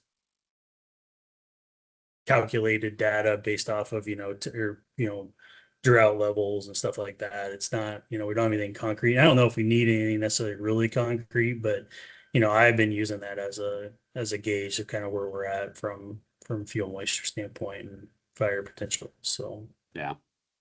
Cool. All right. Any other questions? Eric, appreciate it. Always good information to have and keep us aware. So, happy to do it. Yeah. All right. With that, let's take a 15-minute break. Come back at 10:55, and then we'll finish up, round out our presentations. My name is Ashley Yost. I'm the prescribed fire specialist for Pheasants Forever and Quail Forever in Nebraska. I cover the eastern half of the state. and I'm going to talk to you guys a little bit about leadership today. I will give a warning that I am not a leadership expert. I haven't read all the books or anything like that, but I did just take this NWCG course called Followership to Leadership, which is a 2-day course that has some of the topics I have up on the screen, but they cover a lot of things. It's really an opportunity to go and assess yourself as a leader and how you can be better and what you need to work on. It's also very discussion-based, so it's hard for me to take everything that we discussed and learned from a 2-day course and try to put it into 25 minutes, but I'm going to do my best. If you have an opportunity to take this course somewhere, I would definitely urge you to do so. In the 2 days, the first is mostly indoor presentations and this type of learning, and then the second day, you actually go out into the field and apply some of the concepts that I'll touch on today in the real world in smaller groups. And from what people have said from the class, everyone thought that it was really impactful. So if you have an opportunity, please take advantage and take it. I will try my best to convey the concepts and hopefully get you reflecting on how to make your teams and PBAs and everything as strong as you can and better yourself as a leader as you go into this season. So really basic, we'll start off at first is just thinking about what makes someone a leader. So is someone a leader just because they're put in charge or because they have the most experience? Or can someone lower in the ranks that's not technically in charge or have the most experience also be a leader? And I would argue that being a leader just means you have the power to influence people. You're not just telling them what to do, you're giving them purpose, direction, or motivation to any kind of group of people, which means that you should and can do this from any level of an organization. I think that on a prescribed fire, you don't have to be in a burn boss or a crew boss position to show that you are a leader. I think that even if you're training a brand new person on a torch, you are leading that one person of the day. You don't need to be leading 20, you can be leading 1. You can also show that you're a good leader just by making sure that you are ready and how you carry yourself. And if you are training just that one person, you might be the only person that they remember the name of after that day. So you do have an impact, even if you don't maybe have the title that says that you are a quote leader that day. I would also say that just because you have a title of a leader doesn't make you a good leader too. I think that throughout all of these, I'm guessing that most of you will be able to kind of picture in your head examples of past bosses and leaders that you really admire and you think that were really successful at leading, and then ones that, even though they were given the title, maybe aren't as strong. So title only means so much. The next concept is thinking about whether you're born a leader or if you're made a leader through your experience. And there are probably proponents of both of these camps in the room or in this meeting, but in the class, they offer these 2 quotes and then we discussed them. The first being, the most valuable officer in a regiment is the sergeant. The true sergeant is born, not made, a priceless gift from the gods. And the second being, the one quality that can be developed by studious reflection and practice is leadership. So everyone might have their own opinion here. I think that the best leaders kind of have a blend of these 2 things. It's hard to deny that there are some people that are just made or like take it easier as a leader. They really like fill into that spot well. People are just inspired to follow them. But that doesn't mean that they're forever a good leader. Even the ones that do it naturally really need to constantly be self-assessing and wanting to be better in order to be the strongest leader that they can. It's not just that natural instinct. And that is also to say, if you don't feel like you have that natural instinct, that doesn't mean that you can't be a leader. It might mean that you have to work a little harder at it. But I really do think that through whatever it is, reflection, practice, asking questions of people that you think are good leaders. There's a way to develop your leadership skills, even if you don't feel like you're a natural leader. And I think that some place to start and reflect is what motivates you to be a leader. No one wants to be a follower to a leader that's just thrown into it and isn't doing it for some kind of reason or wants to be there. So think about what you like about being a leader, what motivates you to do so, what fills your cup at the end of the day. And some of those things might tie back into these leadership values that we learned about. So there's a lot of detail that can go into each of these, but just like the high level of what these mean is duty means that you're just really proficient at your job. You make sound decisions in the right amount of time. You ensure that tasks are understood. You put training into your people. You get stuff done, right? That's duty. You feel drawn to do the work. Respect is more people-based. So you know your people on your team or your crew, and you look out for their well-being. That's your priority. You keep your people informed. You really want to build up the team. And then because you know your people so well, you're able to place them in roles based on their strengths to really make it a well-oiled machine. And then integrity is knowing yourself and constantly seeking improvement, like I was talking about. You not only seek out, but accept the responsibility for your actions, and you're really proud to set the example in your team. And each one of us probably excels in one or two of these more than the other. Maybe you can think about how you can work on one that you think is maybe your weakness at this point. And as you take these values and really develop what is most important to you, how you express those to your team is your character. So if we look even closer at these 17 essential leadership qualities, so this is actually from a book called The Leadership Secrets of Attila the Hun. So he identified 17 things that he thought were essential to be a good leader. And I'm not going to read them all. I'm not going to go over all of them, but I will give about 30 seconds or so for you to just look at them and really, like, maybe your eye is drawn to one that you feel like is a real strength for you. And then maybe you find a couple that you don't think you excel at as much, and maybe that's something you can really focus on in this next season. So yeah, I'll be quiet for a second.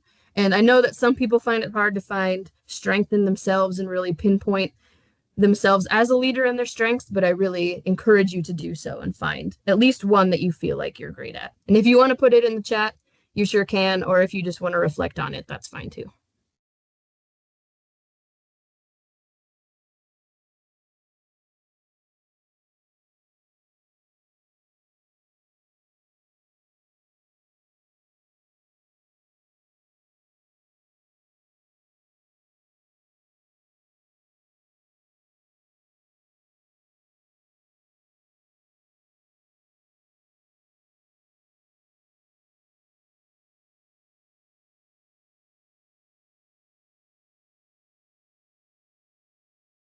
All right. Hopefully you've all identified strengths in yourself and given yourself a pat on the back. Maybe you've identified some that you could work on. And now that we have really thought about like what a leader is and the qualities that we see in a leader, now I'll move on into how those elements of a leader and leadership might show up on the Fireline or in the real world. So as we all know, from being on the Fireline, it's really dynamic, right? Which means that making decisions on the Fireline, especially when you're pretty new, can be difficult for a lot of different reasons, right? There's rapidly changing environments. It's really complex. There's a lot of things you're taking in at the same time. Maybe you don't have a lot of time to make that decision because it's happening really fast. Maybe there's human factors. Maybe equipment is going down. Maybe there's friction within your crew. There's all kinds of reasons that these decisions are hard to make. But sometimes it is helpful to realize how you're making those decisions. So that's why I put these two different decision-making principles up here. That first one, that's called recognition prime decision-making.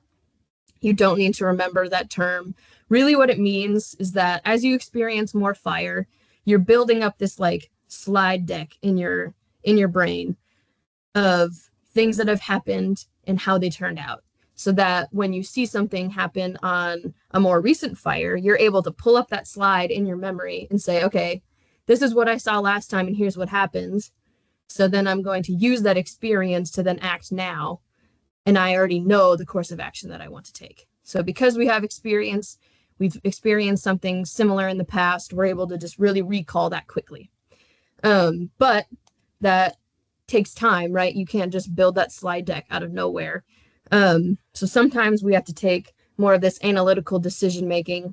So this is a figure that they used just to illustrate decision making, if that resonates with you. But in this model, really, you have to take the time to go through each of these steps and like perceive something, recognize what's happening, go through all of your selection or options. But as we all know, that's not always possible on the Fireline. So what this really means is if you don't have that slide deck and you can't just call upon it for yourself with the past and your past experiences, lean on those around you that do have that larger slide deck. So maybe you do have time for a tactical pause and you can really do those analytical decisions, or maybe this is a time that you have to just rely on the people around you and ask them for help, even if you are the leader. And it's important to think about how you're making decisions on the Fireline as a leader, but you also need to consider how you can inspire decision making in your crew. So when you're out there and you're the burn boss or the crew boss, you don't want to have to make every single decision that goes on in a fire, right? That'd be mentally exhausting. So there are ways that you can build up your team so that you don't have to be involved in every decision. And one of those is setting your leader's intent. And really what that means is you're just providing the why. So you have a task, you give them a task. Maybe it's just install this black line or build this much black. You give them a purpose. Brian already mentioned this and hit on it well, that you don't just tell them to do something, you tell them why they should do it so that they understand, they have buy-in, they're not just being bossed around, they understand the why and the intent behind what you're asking them, and you're giving them a purpose, and then you set an end state. So here's a task, here's why we're doing it, and here's what I want it to look like at the end. So I want to start this test fire, I want to build a catcher's mitt, and I want the black to be 100. Oh, it's important that we do this so that we can catch any downwind embers when we light the head fire. And at the end, I want it to be this many yards, right? So you're not going and listing off every single thing that your crew needs to do in that time, but they understand the vision because you took the time to explain it to them. So when your people understand the why, they can then make individual decisions and take that initiative. And they're not just standing there waiting to be told what to do because they understand the bigger picture, which also leads into a bias for action. So the members of your crew should not just feel like they have to, but they should feel empowered to be able to act on a situation that's within their power or within their experience without direct direction from above. So if you have someone that's on patrol and they understand what their job is, why they're doing it, and they see a little slop over, they're not going to radio you and ask, hey, I see a slop, can I put it out? No, you want that bias for action so they know, because you set out this goal of keeping it within the box, that they can find a solution themselves, put it out, and then report to you. So they have that empowerment and they don't feel like they'll be yelled at if they do something that they weren't, quote, told to do, because they understand what the larger goal of the day is. Bias for action can sometimes lean towards freelancing. So freelancing might be someone that's on patrol that doesn't understand why they're on it. So then they just kind of start doing anything that they want. They start doing their own thing. I think we've all probably been on fires that you think someone knows that what their role is, and then all of a sudden you see them in a different part of the line and you're like, what are you doing? And that's probably because they don't really understand why they're important. So again, take the time, explain the intent, explain the vision to make sure that everyone has buy-in to the why. And that really just relies on good communication. So that's communication from the leader being able to set that intent, but it's also really good communication of the follower. So if you were part of the crew and you aren't actively listening and you don't understand the why, that also falls on you. You need to be able to ask questions. During a briefing, you need to be an active participant in that. You need to be listening. You don't need to be having your own conversations. There's a reason why we do briefings.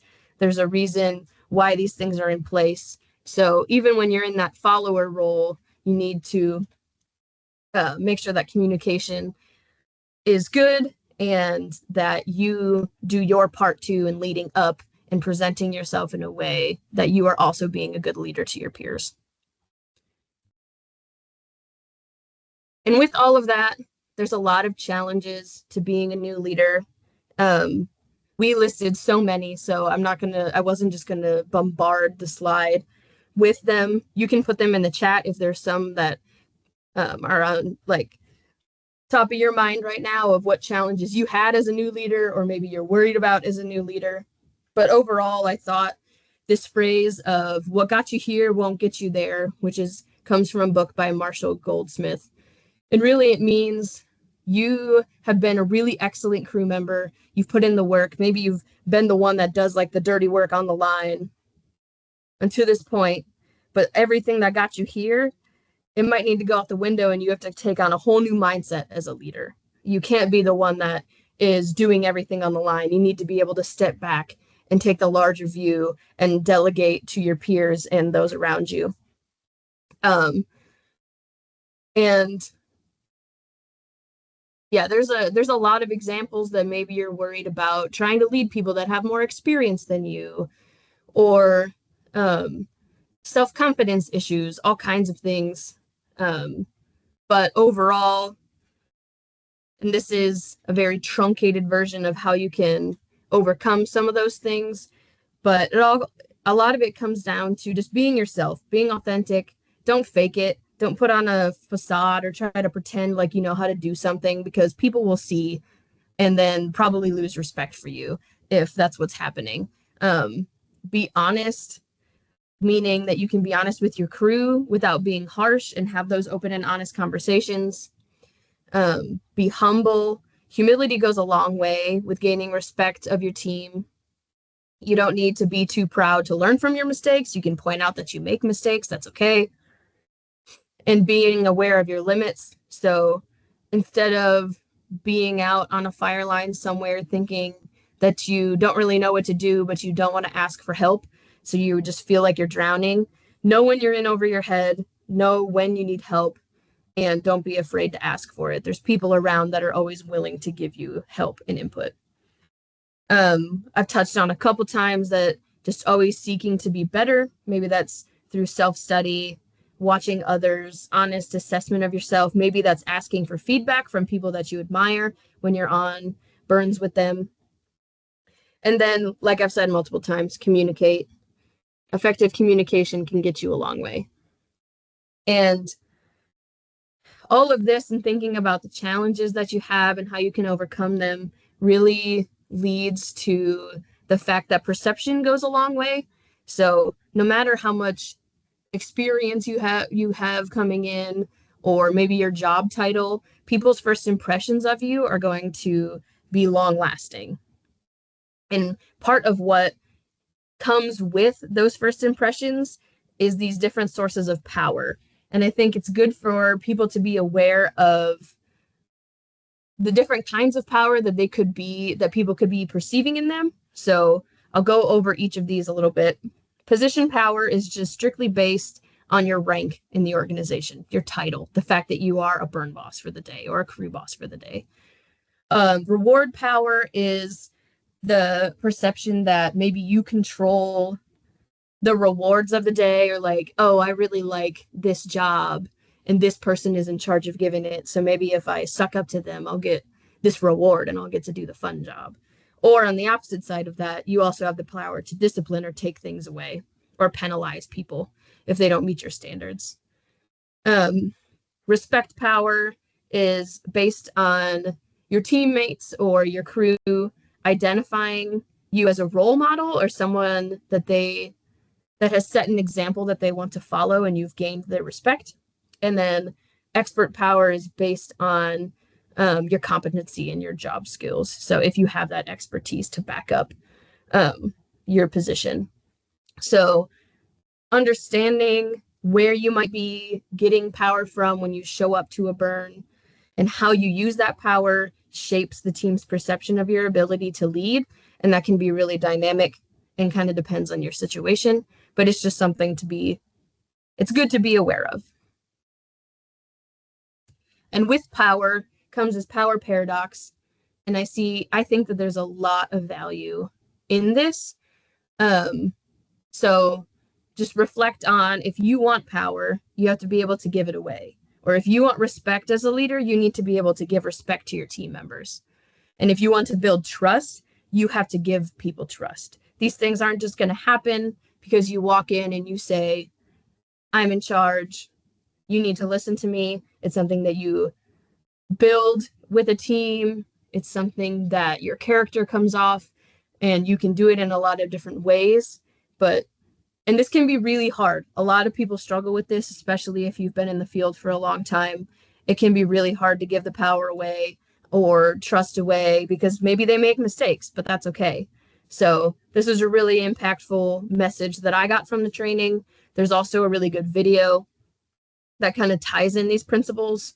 And once I'm done with the presentation, I'll put that link in the chat because it's like 10 minutes long, but highly recommend you watch it. I think it's an impactful one. So then all of this comes together, the power, the people that you're surrounded by, your team, these decisions you're making, all of them come together in this, what they call the leadership environment. So it's you and how you show up that day, because not everybody can be the best leader they can be every day, right? The people that are working for you, the situation, and the consequences of the day. And being able to adapt your leadership based on the environment is called situational leadership. So you can't approach every single fire because likely you're going to have a different crew on every single fire in the exact same way. Successful leadership lies in that ability to influence people in a variety of situations, not just one that you're comfortable in. So being able to adapt in a way of how you lead based on these things is a sign of a very powerful leader. You can do that through different styles of leadership. And like I said, that this is always adapting with the fire environment. Sometimes these are going to be effective one day and not the next. So overall, directing is when the leader takes pretty much complete control, and they're saying, here's your task, here's every single step that you need to take to get to the task, and I'm giving you commands, and I'm not really taking suggestions. This is exactly how it needs to be done. Delegating is, here's a task, I trust that you will be able to take this task, and if I tell you how I want it to look at the end, you can figure out the how. And then participating is when the leader is right alongside you doing the hard work.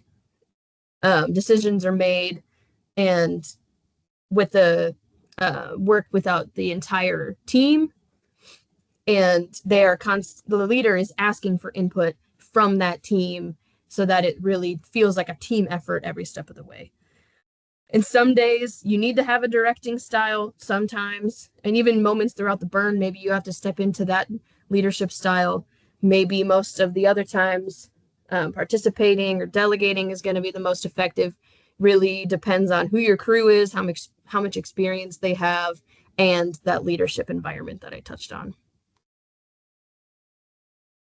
I've talked about teams a lot, and there's different phases of team cohesion that they touch on, and I think that you can kind of put this in the frame of reference of maybe forming a PBA.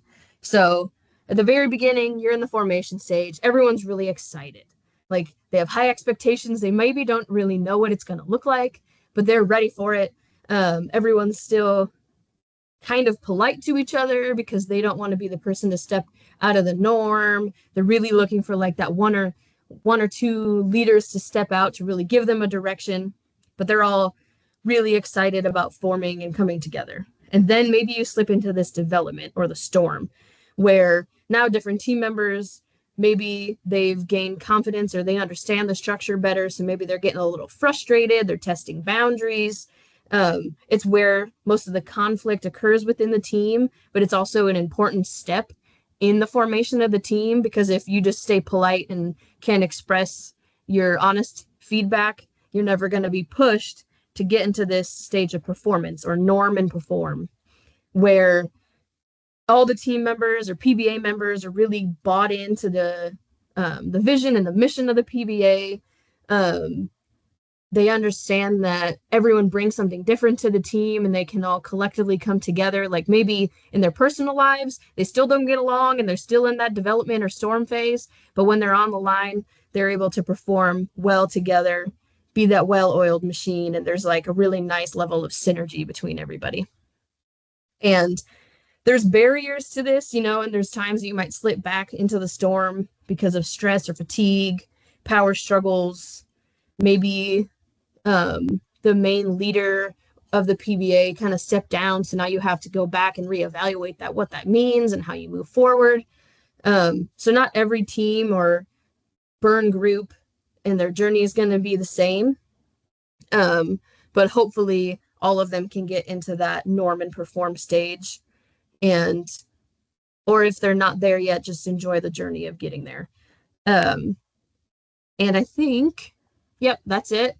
So overall, that's a lot of concepts and a lot of high level thinking that, we took 2 days to go over and really dive into. But I hope that at least 1 or 2 of the slides really resonated with you, and maybe you can reflect on it, think about what that means going into this season and how you can build yourself up as a leader, but also build up those around you that may be wanting to step into those leadership roles as well. So thank you. I'm actually going to just share the presentation for Matt as well. So I'll stop, see if there's questions for a second, and then go into Matt's.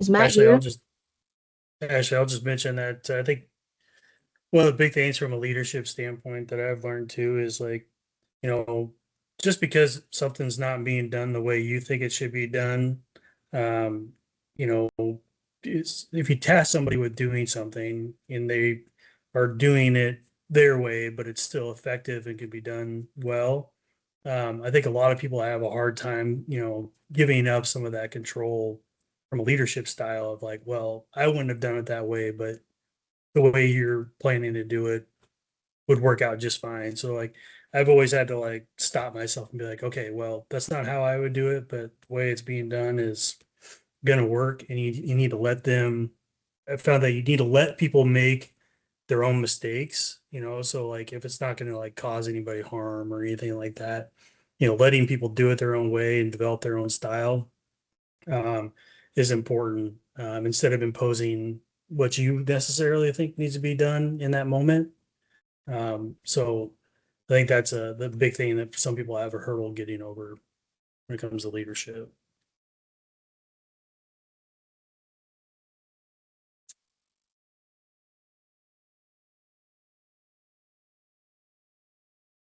All right.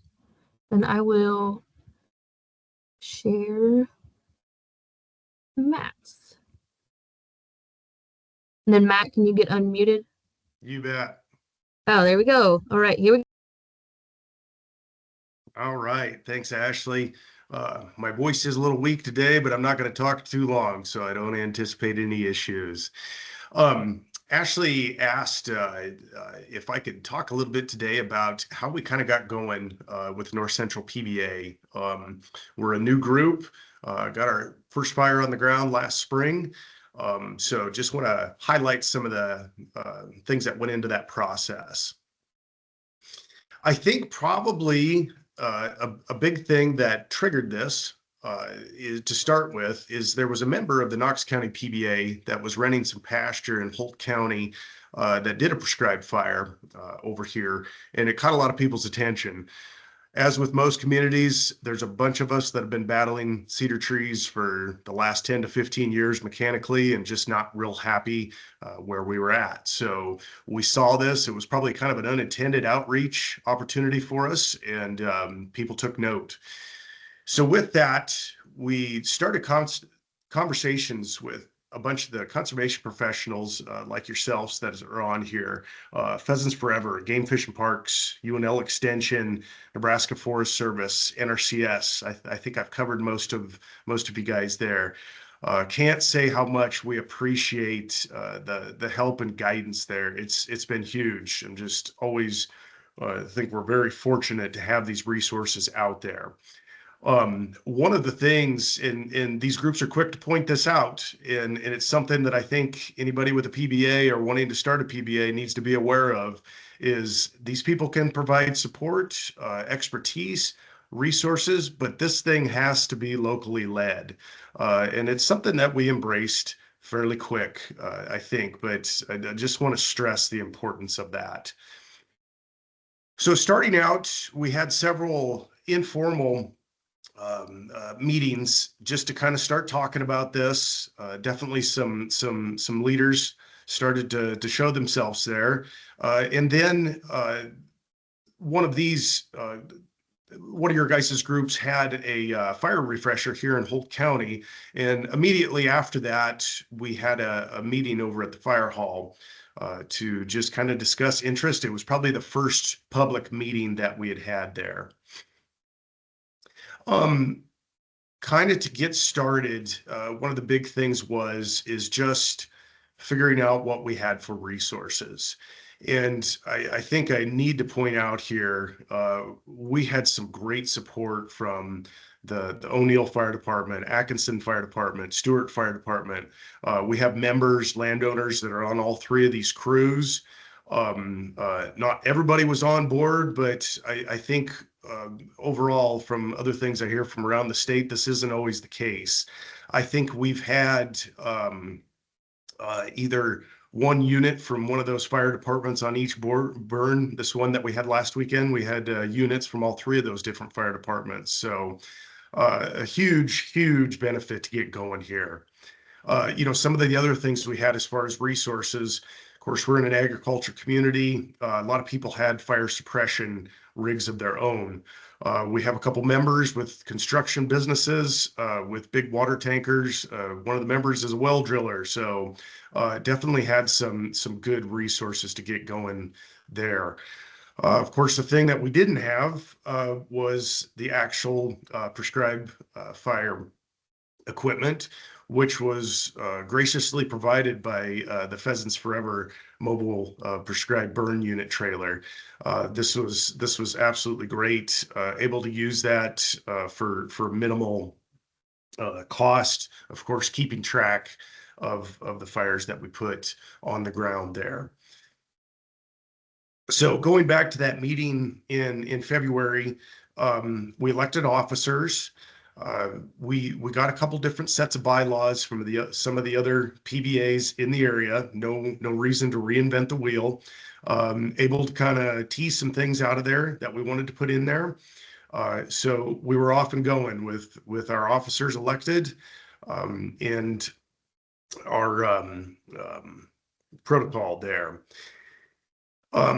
Here this last summer, we were able to get a 501c3 set up. And I definitely want to point out, and Natasha Gennell's on here. Don't worry, Natasha, I'm not going to make you talk. But, as far as leadership, Natasha's very much kind of been a silent behind the scenes leader. She's kept us organized. She's organized texts, emails. She set up the 501c3 pretty much on her own, of course, with our guidance there. So it's really important, I think, in these PBAs not to just have the leaders on the fire line, but a lot of this behind the scenes stuff to keep us organized there. So go ahead and go to the next slide, Ashley.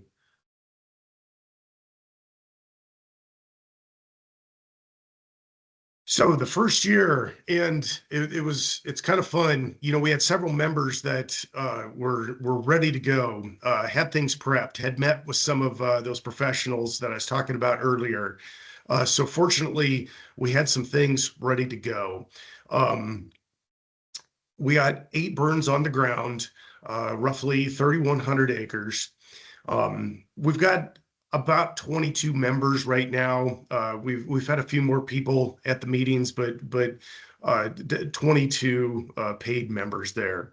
Like I discussed earlier, we've had great volunteer fire department involvement. They view this not only as beneficial to the community, but it's also can be used as a training exercise for them. They're very good at fire suppression, but it's recognized that some of these tactics that we use in the prescribed fire can also be used during a wildfire event, and having that experience is a huge boon for the local departments. So having some fire put on the ground last spring, we were able to have a habitat tour showcasing multiple of our burns that we conducted last spring. So you can go ahead and go to the next slide. Okay, so we had a July habitat tour, and as you can see, favorable rainfall really helped out things there.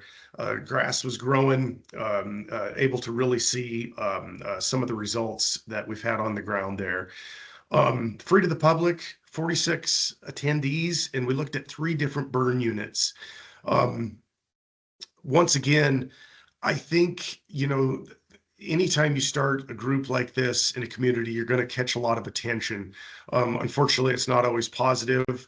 I think we've definitely had some naysayers take a hard look at this and actually want to join in.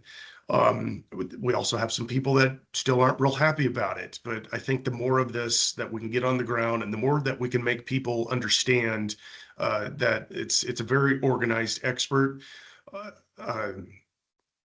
Once again, with all the expertise that we have available out there through the different organizations, to show the people, how scientific and how organized this is. We're not just out there lighting matches willy-nilly. So I think the more outreach we can do and more people will get involved, the better chance of long-term success that we're going to have. Okay. So, future of our burn association. Actually, we can even update these numbers a little bit more. We've had 2 fires now. We had a successful burn on Sunday. Probably, I think that was about a 450 acre burn that we did. We have 15 more burns that we'd like to get done this spring, weather permitting, obviously, and looking like we could get upwards to 5,000 acres if the weather cooperates, of course. We do have a new trailer. We were using Pheasants Forever trailer through the Rainwater Basin joint venture. We were able to secure a new trailer that was basically, I'm not sure, as part of the grant with our 501(c) status, we were eligible for that. Essentially, our only cost there is the cost to insure the trailer. So once again, can't say how much we appreciate the professionals out there, guidance and help in this situation. So feeling really good about where we're at. We continue to have people that want to jump on and get involved. And I truly feel like we got a bright future there moving forward. So happy to answer any questions you guys might have.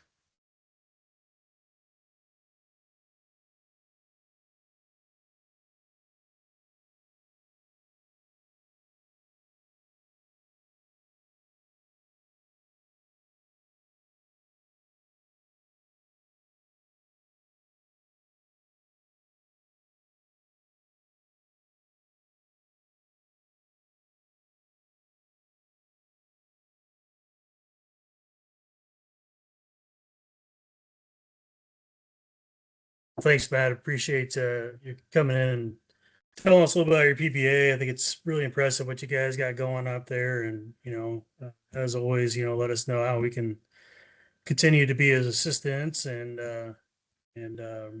resource for you guys to continue on. So Appreciate it, Brian.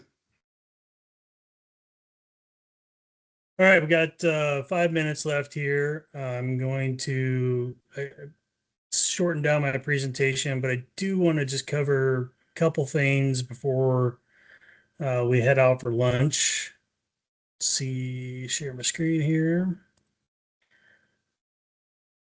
So I wanted to give kind of a legislative update a little bit on some of the things that are happening that you may or may not be aware of, but there's several things that related to fire that have happened here in the nearest or latest session. LB 823 was introduced in the short session, and this changes actually the state burn statute. And it doesn't change it much. It's not going to be dramatically different, but essentially what this is going to do, if it passes, is going to define or distinguish the difference in land management burning. And it's basically going to separate them into two categories, whether it's a prescribed fire or a controlled burn. So, how we talk about it, within our community, prescribed fire community, like some people call it controlled burns or prescribed fire or good fire. There's a lot of terms people throw around. But if this bill passes, like legally, they would be defined as, prescribed fire versus controlled burn. And essentially what that means is, prescribed fire is anything that's, burning that you're connected to the earth, requires a plan, all those things, versus a controlled burn is if you're burning, maybe a brush pile or, debris or, small burn that doesn't necessarily need a burn plan. And this kind of came about, this is essentially kind of more closely follows how fire is defined across the country and kind of keeps us in line with that. But the other thing that's in there too is on the permit, it's going to require people to check whether it's a controlled burn or a prescribed fire. And if it's a prescribed fire, then the acres are going to have to be on the burn permit. And this will help out the fire chiefs, know like, okay, I'm issuing a permit for 1,000 acres and, 200 acres. So you got 4 burns at, thousands of acres happening. But the other thing too is kind of the way this all kind of came about is our ability to track what kind of type of fire it's happening on the landscape and really tracking how many acres. Now in the bill, it's not necessarily prescribed that, fire chiefs or fire districts are required to hand over this information. Sounds like, this would be still all completely voluntary, submission of data. It could be just like, hey, yeah, we did, there's 50 prescribed fires for 12,000 acres, in our district this last year. And some of those things could be used for, receiving federal dollars from like FEMA or the Forest Service or even grants within our state, through the environmental trust or what have you, that we can use those numbers to say, yeah, we're putting more fire on the ground. So we're looking to find more money for landowners to provide trailers to like PBAs or drip torches or UTV slip-ins, all these different things. So this was passed out of committee and is now in the general file. So if you're familiar with the legislative process, it's further along than most things. The other one that is directly related to the burn permitting process is LB 897. And this actually changes the penalty for burning without a burn permit to a class 3 misdemeanor. And so I think, it's currently a class 4 down to a 3. It basically increases the amount of fine. And also, there is a potential for jail, I think, in the class 3 misdemeanor. Now, probably highly unlikely unless it's super egregious, but and then this also allows control agencies to recoup costs of suppression if you're burning without a burn permit. Now, nobody that we work with, hopefully, is burning without a burn permit. One of the things that I recommend is if your PBA or you're doing a burn, like take that permit and just post it on the trailer. Like, so if anybody has any questions about it, just post that permit on the trailer to make sure, yep, we got a permit, everything's good here, right? That's just kind of a standard thing I think we should all be doing, just to make sure everybody's on the same page. Now, this hasn't gone to a hearing yet, a committee hearing, so it is scheduled for tomorrow for a hearing to be discussed. So we'll see what happens there. LB 1072, this is probably seen some of the emails about this, but this is going to be, they want to take cash from the Nebraska Environmental Trust. This could, it would affect many of the conservation programs utilized by landowners across the state for deferment, fire break creation, prescribed fire, all sorts of different things. So it's still in committee. There was a hearing last week on it that many people, including PBA members, fire chiefs, others had shown up to. So we'll see if they end up taking it. I don't know all the details of all of this, but we'll see where that lands. And the final one I wanted to just briefly talk about is this LR 298CA. This is proposing a constitutional amendment to ensure that funds from lottery proceeds remain in trust control. So essentially they're saying, these funds are for this specific purpose, as they are now, but they cannot be swept away, through the legislative process. This would require a vote by the citizens in the November 2026 election if this gets through the committees and everything and voted on. And it's currently been referred to Natural Resources Committee, but has not gone any further. So a couple things, just lots of things. And this is big part of growing fire culture within a state. Like a lot of these things are going to come up in the next years as we continue to build capacity, as more fire happens on the landscape. Things are going to be talked about more and more. I think in the last 10 to 15 years, the work that's been done on the landscape has been kind of like, we're doing it, and it's a thing. But as more and more of it happens, we're going to start seeing more people becoming aware of it, as we kind of saw with Plum Creek, that fire got out, and as bad as it was, there was other fires that had gotten out. But part of my job and a part of all of our jobs really is to show that all the nobody really raises their hand or beats their chest on all the fires that don't have problems on them. It's always the ones that cause problems that get talked about, and that's part of it. So just a couple other things. 2026, again, we're starting out, January we had cold, we had very, little moisture in it, especially in the western 2/3 of the state. We've had a couple red flags already. We do have some lingering drought, not as bad as last year, but we do also have quite a bit of previous year's growth in fuel. We talked a little bit about this earlier. I was talking about the 10-hour fuels. I've been kind of tracking them over the years. You can see in 2023, we had pretty high 10-hour fuels.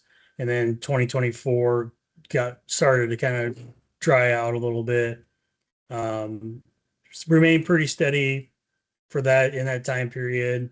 And then I couldn't find, they changed it, but I couldn't find any of the 100-hour or 1,000-hour fuels. But we're still kind of sitting in that 10, 11 probably percentage of 10-hour fuel. So we're kind of similar to what we were going into last year. But things have changed from how they forecasted it or where it's at. So I'm hoping that maybe we get some better data for that. And a lot of the times these 10-hour fuels, I consider like cow pies and, these, the smaller twigs and, yucca roots, stuff like that. Having that fuel moisture content is pretty critical. A lot of people are starting to use more black lines or wildfire scars to burn off of. This is great. It's helping speed up ignitions on your main burn. I think one of the things that we've seen, especially when you get these larger burns, some of the issues that you have essentially is that, by the time you get around majority of your unit, especially if you're, dealing with some issues, we're lighting that head fire, wrapping it up at like 3-4 o'clock in the afternoon. And that's when the humidity is the lowest, the temperature is the hottest. And so you can speed up your ignitions and, accomplish your objectives a little bit faster, easier, maybe need less people and equipment, or could redirect that equipment to, watchouts, patrol, stuff like that. Downside too for that is, it's time consuming. So you're looking at 2 days, one day of black lining and maybe one day of burning. So something to consider. Definitely worth it though. Of course, with the lack of snow, watching brush piles this year, I think, kind of like what happened last year, if we do get snow, I would say if you want to burn brush piles, make sure you check that long range forecast. As we saw last year, we got a decent amount of snow, and you go out and light a brush pile and it's, 70 degrees and red flag 3 days later, and that snow just kind of melts off. So be cautious of that. Continue to watch your spot fires. Big thing in there with your spot fires is, make sure you get them while they're small, and essentially stop any kind of forward progress is really essential on any fire that gets outside of your unit. Stopping that fire forward progress. With slop overs, big thing there, fuels issue, right on the fire line. Typically we're lighting too close to the heavy fuel, or maybe your wet line's not as sufficient, whether, you're putting down small, not enough water, or not wide enough. Most of the time, most of the slop overs that we've seen, especially in the last year, has been kind of a debris issue. And Rob had mentioned this too, but, raking it off the fire line is, the best thing you can do. I've seen time and time again where, you drive by and you squirt water on a cow pie or a yucca or something like that.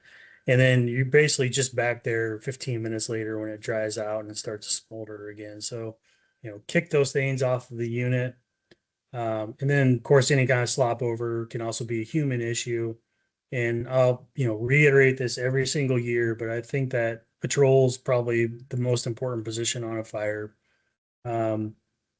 Making sure that the people that are on patrol know their job and how to do it well is probably the most important job. So having competent people in those positions all day long for me. So.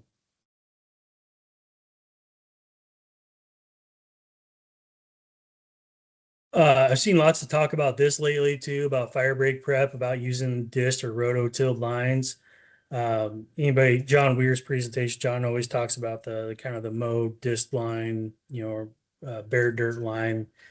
I honestly, think that we could probably utilize, properly disc or rototilled fire breaks more, than we have. I know we get into issues with, once you get into sand hills and things of that nature, but man, it saves you time, saves you a lot of headache having to deal with it. But of course, you want to make sure that they're properly done. And then just briefly, just talking about any fires that do get out, again, making sure, stopping forward progress, number one, and staying in that black is really important. Again, knocking things down like this, when, if you've ever seen a spot fire form, you'll see that fire, it kind of like develops kind of slowly. And then once it kind of starts getting its legs under it, it'll start to run on you. So, knocking down this is pretty easy. Again, on a scenario like this, you can get your ATV or UTV or truck in there. You want to make sure, if it's safe, get in there and knock down that forward progression of that spot fire, and then you can come back and hit those flanks that are flanking along the edge. Definitely really important. Now, when you get into more developed spot fires, stuff like that, if you've got, don't have a lot of personnel or people to get something, you're going to pick that flank and get that flank knocked down. That potentially could turn into a head fire first, and then try to get to that head fire as fast as you can to try to knock down any forward progression. Now, this doesn't take into account something like a wind shift or anything like that that could mess up that. So typically, if you have enough personnel, you want to use that pinch attack where you have people going down both lines to try to get pinched out as fast as you can. I think one of the big things um, with that is, when you're fighting these fires, ones that are really well developed, making sure that, um, you've got enough equipment and personnel to attack it, but you also do not want to ignore your prescribed burn boundary. So what I mean by that, essentially, if you pull all of your people off the line to go fight this wildfire, your prescribed fire could bounce out in other places, and now you have several different spots that are out, and now you create more of a problem. Another thing with weather forecasting is read those forecast discussions. I was just talking on Friday, we were talking about the weather forecast yesterday for Monday. And if you read the forecast discussion on the National Weather Service page, essentially in that forecast discussion, they're like, confidence is pretty high that it's going to be even warmer and even drier and windier than what we're forecasting currently. And sure enough, on Sunday, that came to fruition. And so, there was probably, 10, 15 burns maybe that were scheduled for Monday, and, everybody canceled. But if you read that forecast discussion, you definitely probably saw the signs on the wall there. Make sure to pay attention to any forecasting trends coming. Like last year, like it seemed to be a trend that the winds were always higher than they were forecasting, and it seemed like the direction was messed up, and that could be different reasons. But checking those graphical weather forecasts, if you guys have not checked into the graphical weather forecast, check those out. I'll throw in a plug for next Tuesday when we're going to talk about weather forecasting. But just like on here, like if you're burning around North Platte, got northwest winds right here, and then just west, you got southwest. So by using these graphical formats, you can kind of see where these weather patterns are setting up. So, if you were planning a burn for today, 5 mile an hour, it's very real possibility that this system could speed up, and all of a sudden your northwest wind shift to a southwest wind since you're right on that line. So, and then just a thing about screenshotting forecast. This is just something that I would like to do. I like to do when planning to burn, so you have a record of like, hey, this is kind of what was forecasted. Have a record of that to see how it changes, and our ability to also reach back out to the weather service and be like, hey, this was our forecast, but here's kind of how things ended up, and that helps them plan better forecasts as well too. So. The other thing is don't skip out on your briefing or your test fires. Also make sure I like having filled out go, no go checklists. We do have this as a resource on our Linktree page. If you have not gone to that, go check that out. But test fires are really important, just to make sure everybody's on the same page, all the equipment's working before you decide to get too far into it. Then water resources, especially in a year like this, always plan to use more water than you think.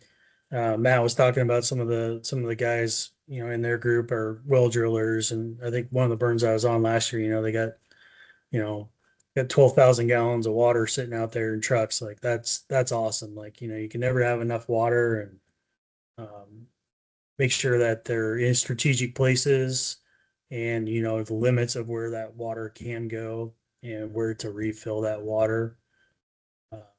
Clean water is always the best. Water tanks are great, but if you're sucking out of them and you got algae and all sorts of stuff in there, a lot of times they're just, end up causing more problems. So make sure you try to find good, clean water sources. And then a couple of pump tips. We maintain, close to 35 pumpers across the state. And, some of the things that I see when dealing with pumps, overfilling of gas tanks, typically could be a problem, and also getting debris into them when you fill them up. Make sure to turn your engine off at full throttle. Don't turn your engine off at full throttle. So if you're revving that thing off and you cut it, it's just not good for the engine. And also don't run the engine at full throttle at all times. It's a good way to just waste gas. So, idle it down when you're not using it, and you can idle it up when you do need it. And then make sure you have that bypass valve open when your nozzle's closed. You can really jam up and mess up a pump pretty good if you don't have that valve open. Make sure you put stable in toward the end of the season. A lot of times, or especially in between long periods. So like right now, if you're out burning during these good conditions, and maybe we get a big snap of cold weather and you're not using that fuel for, another 3 weeks or something like that, put some stable in there to help keep that gas fresh, prevent you some headache going into the next time. And then turn gas off when you're not in use. One thing that we saw last year is, especially on the Honda engines and, the engines, you can turn the gas off and you can drain out kind of the strainer bucket or the reservoir underneath there. One thing that we saw is so they didn't turn the gas off, or the gas wasn't turned off, and it actually leaked down into the oil reservoir. So now you got, trying to go on a burn, all of a sudden you got gas in your oil reservoir. Now you got to drain it, put new oil in and everything like that. And then try to keep those hoses out of the fire. We've seen quite a bit of, damage to hoses that are starting to get really bad. So if you can keep them from dragging on the ground, or, if you're putting out some kind of, brush pile and drag them into there, keep those hoses out of the fire. They are fairly resilient and have like jacketing on them, but once those things start to get bad, you gotta cut them and make new fittings. So with all that, with the things the way they are this year, I've been recommending adding 10% to your burn plans for, equipment, personnel, water. Maybe consider black lining prior to your main burn. Capping those wind gusts to 20. Watch your low humidity days. If you're right on that line, most likely if, forecast trends from last spring hold this spring, it's likely that the highs of the day are going to be higher than what's forecasted, and your humidity is going to correspond equally.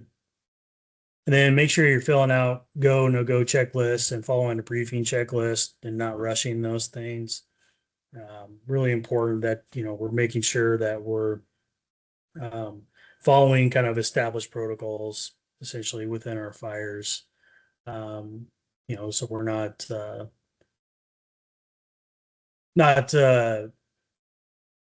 taking shortcuts essentially. And then the other good thing to be doing too is screenshot your weather. Like I mentioned before, I think it's important that having documentation on your burns of, what was forecasted, just to have a good record of it. So with that, here is our link tree. We have a couple things that need to be updated in there, but there are some resources in there for go, no go checklists and our watchouts and all those different things that are in there. So if you're young enough to know how to do the QR code, if not, it is on our website as well too. So, but are there any questions? I know I went through, I guess I didn't even see.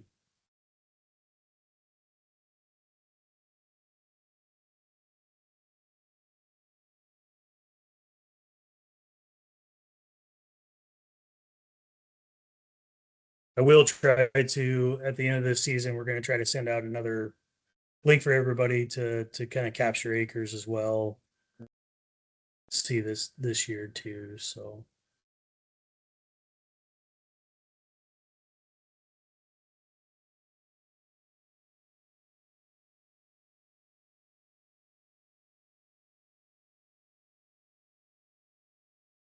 not seeing any questions, hands raised.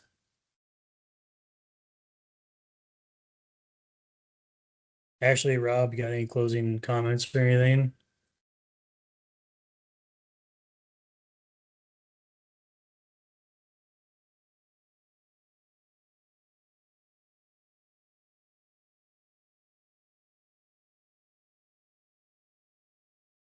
All right. Well, appreciate everybody's time and have a safe burn season and hopefully get back to some good weather and some good burn season. So appreciate everybody's time. Thank you.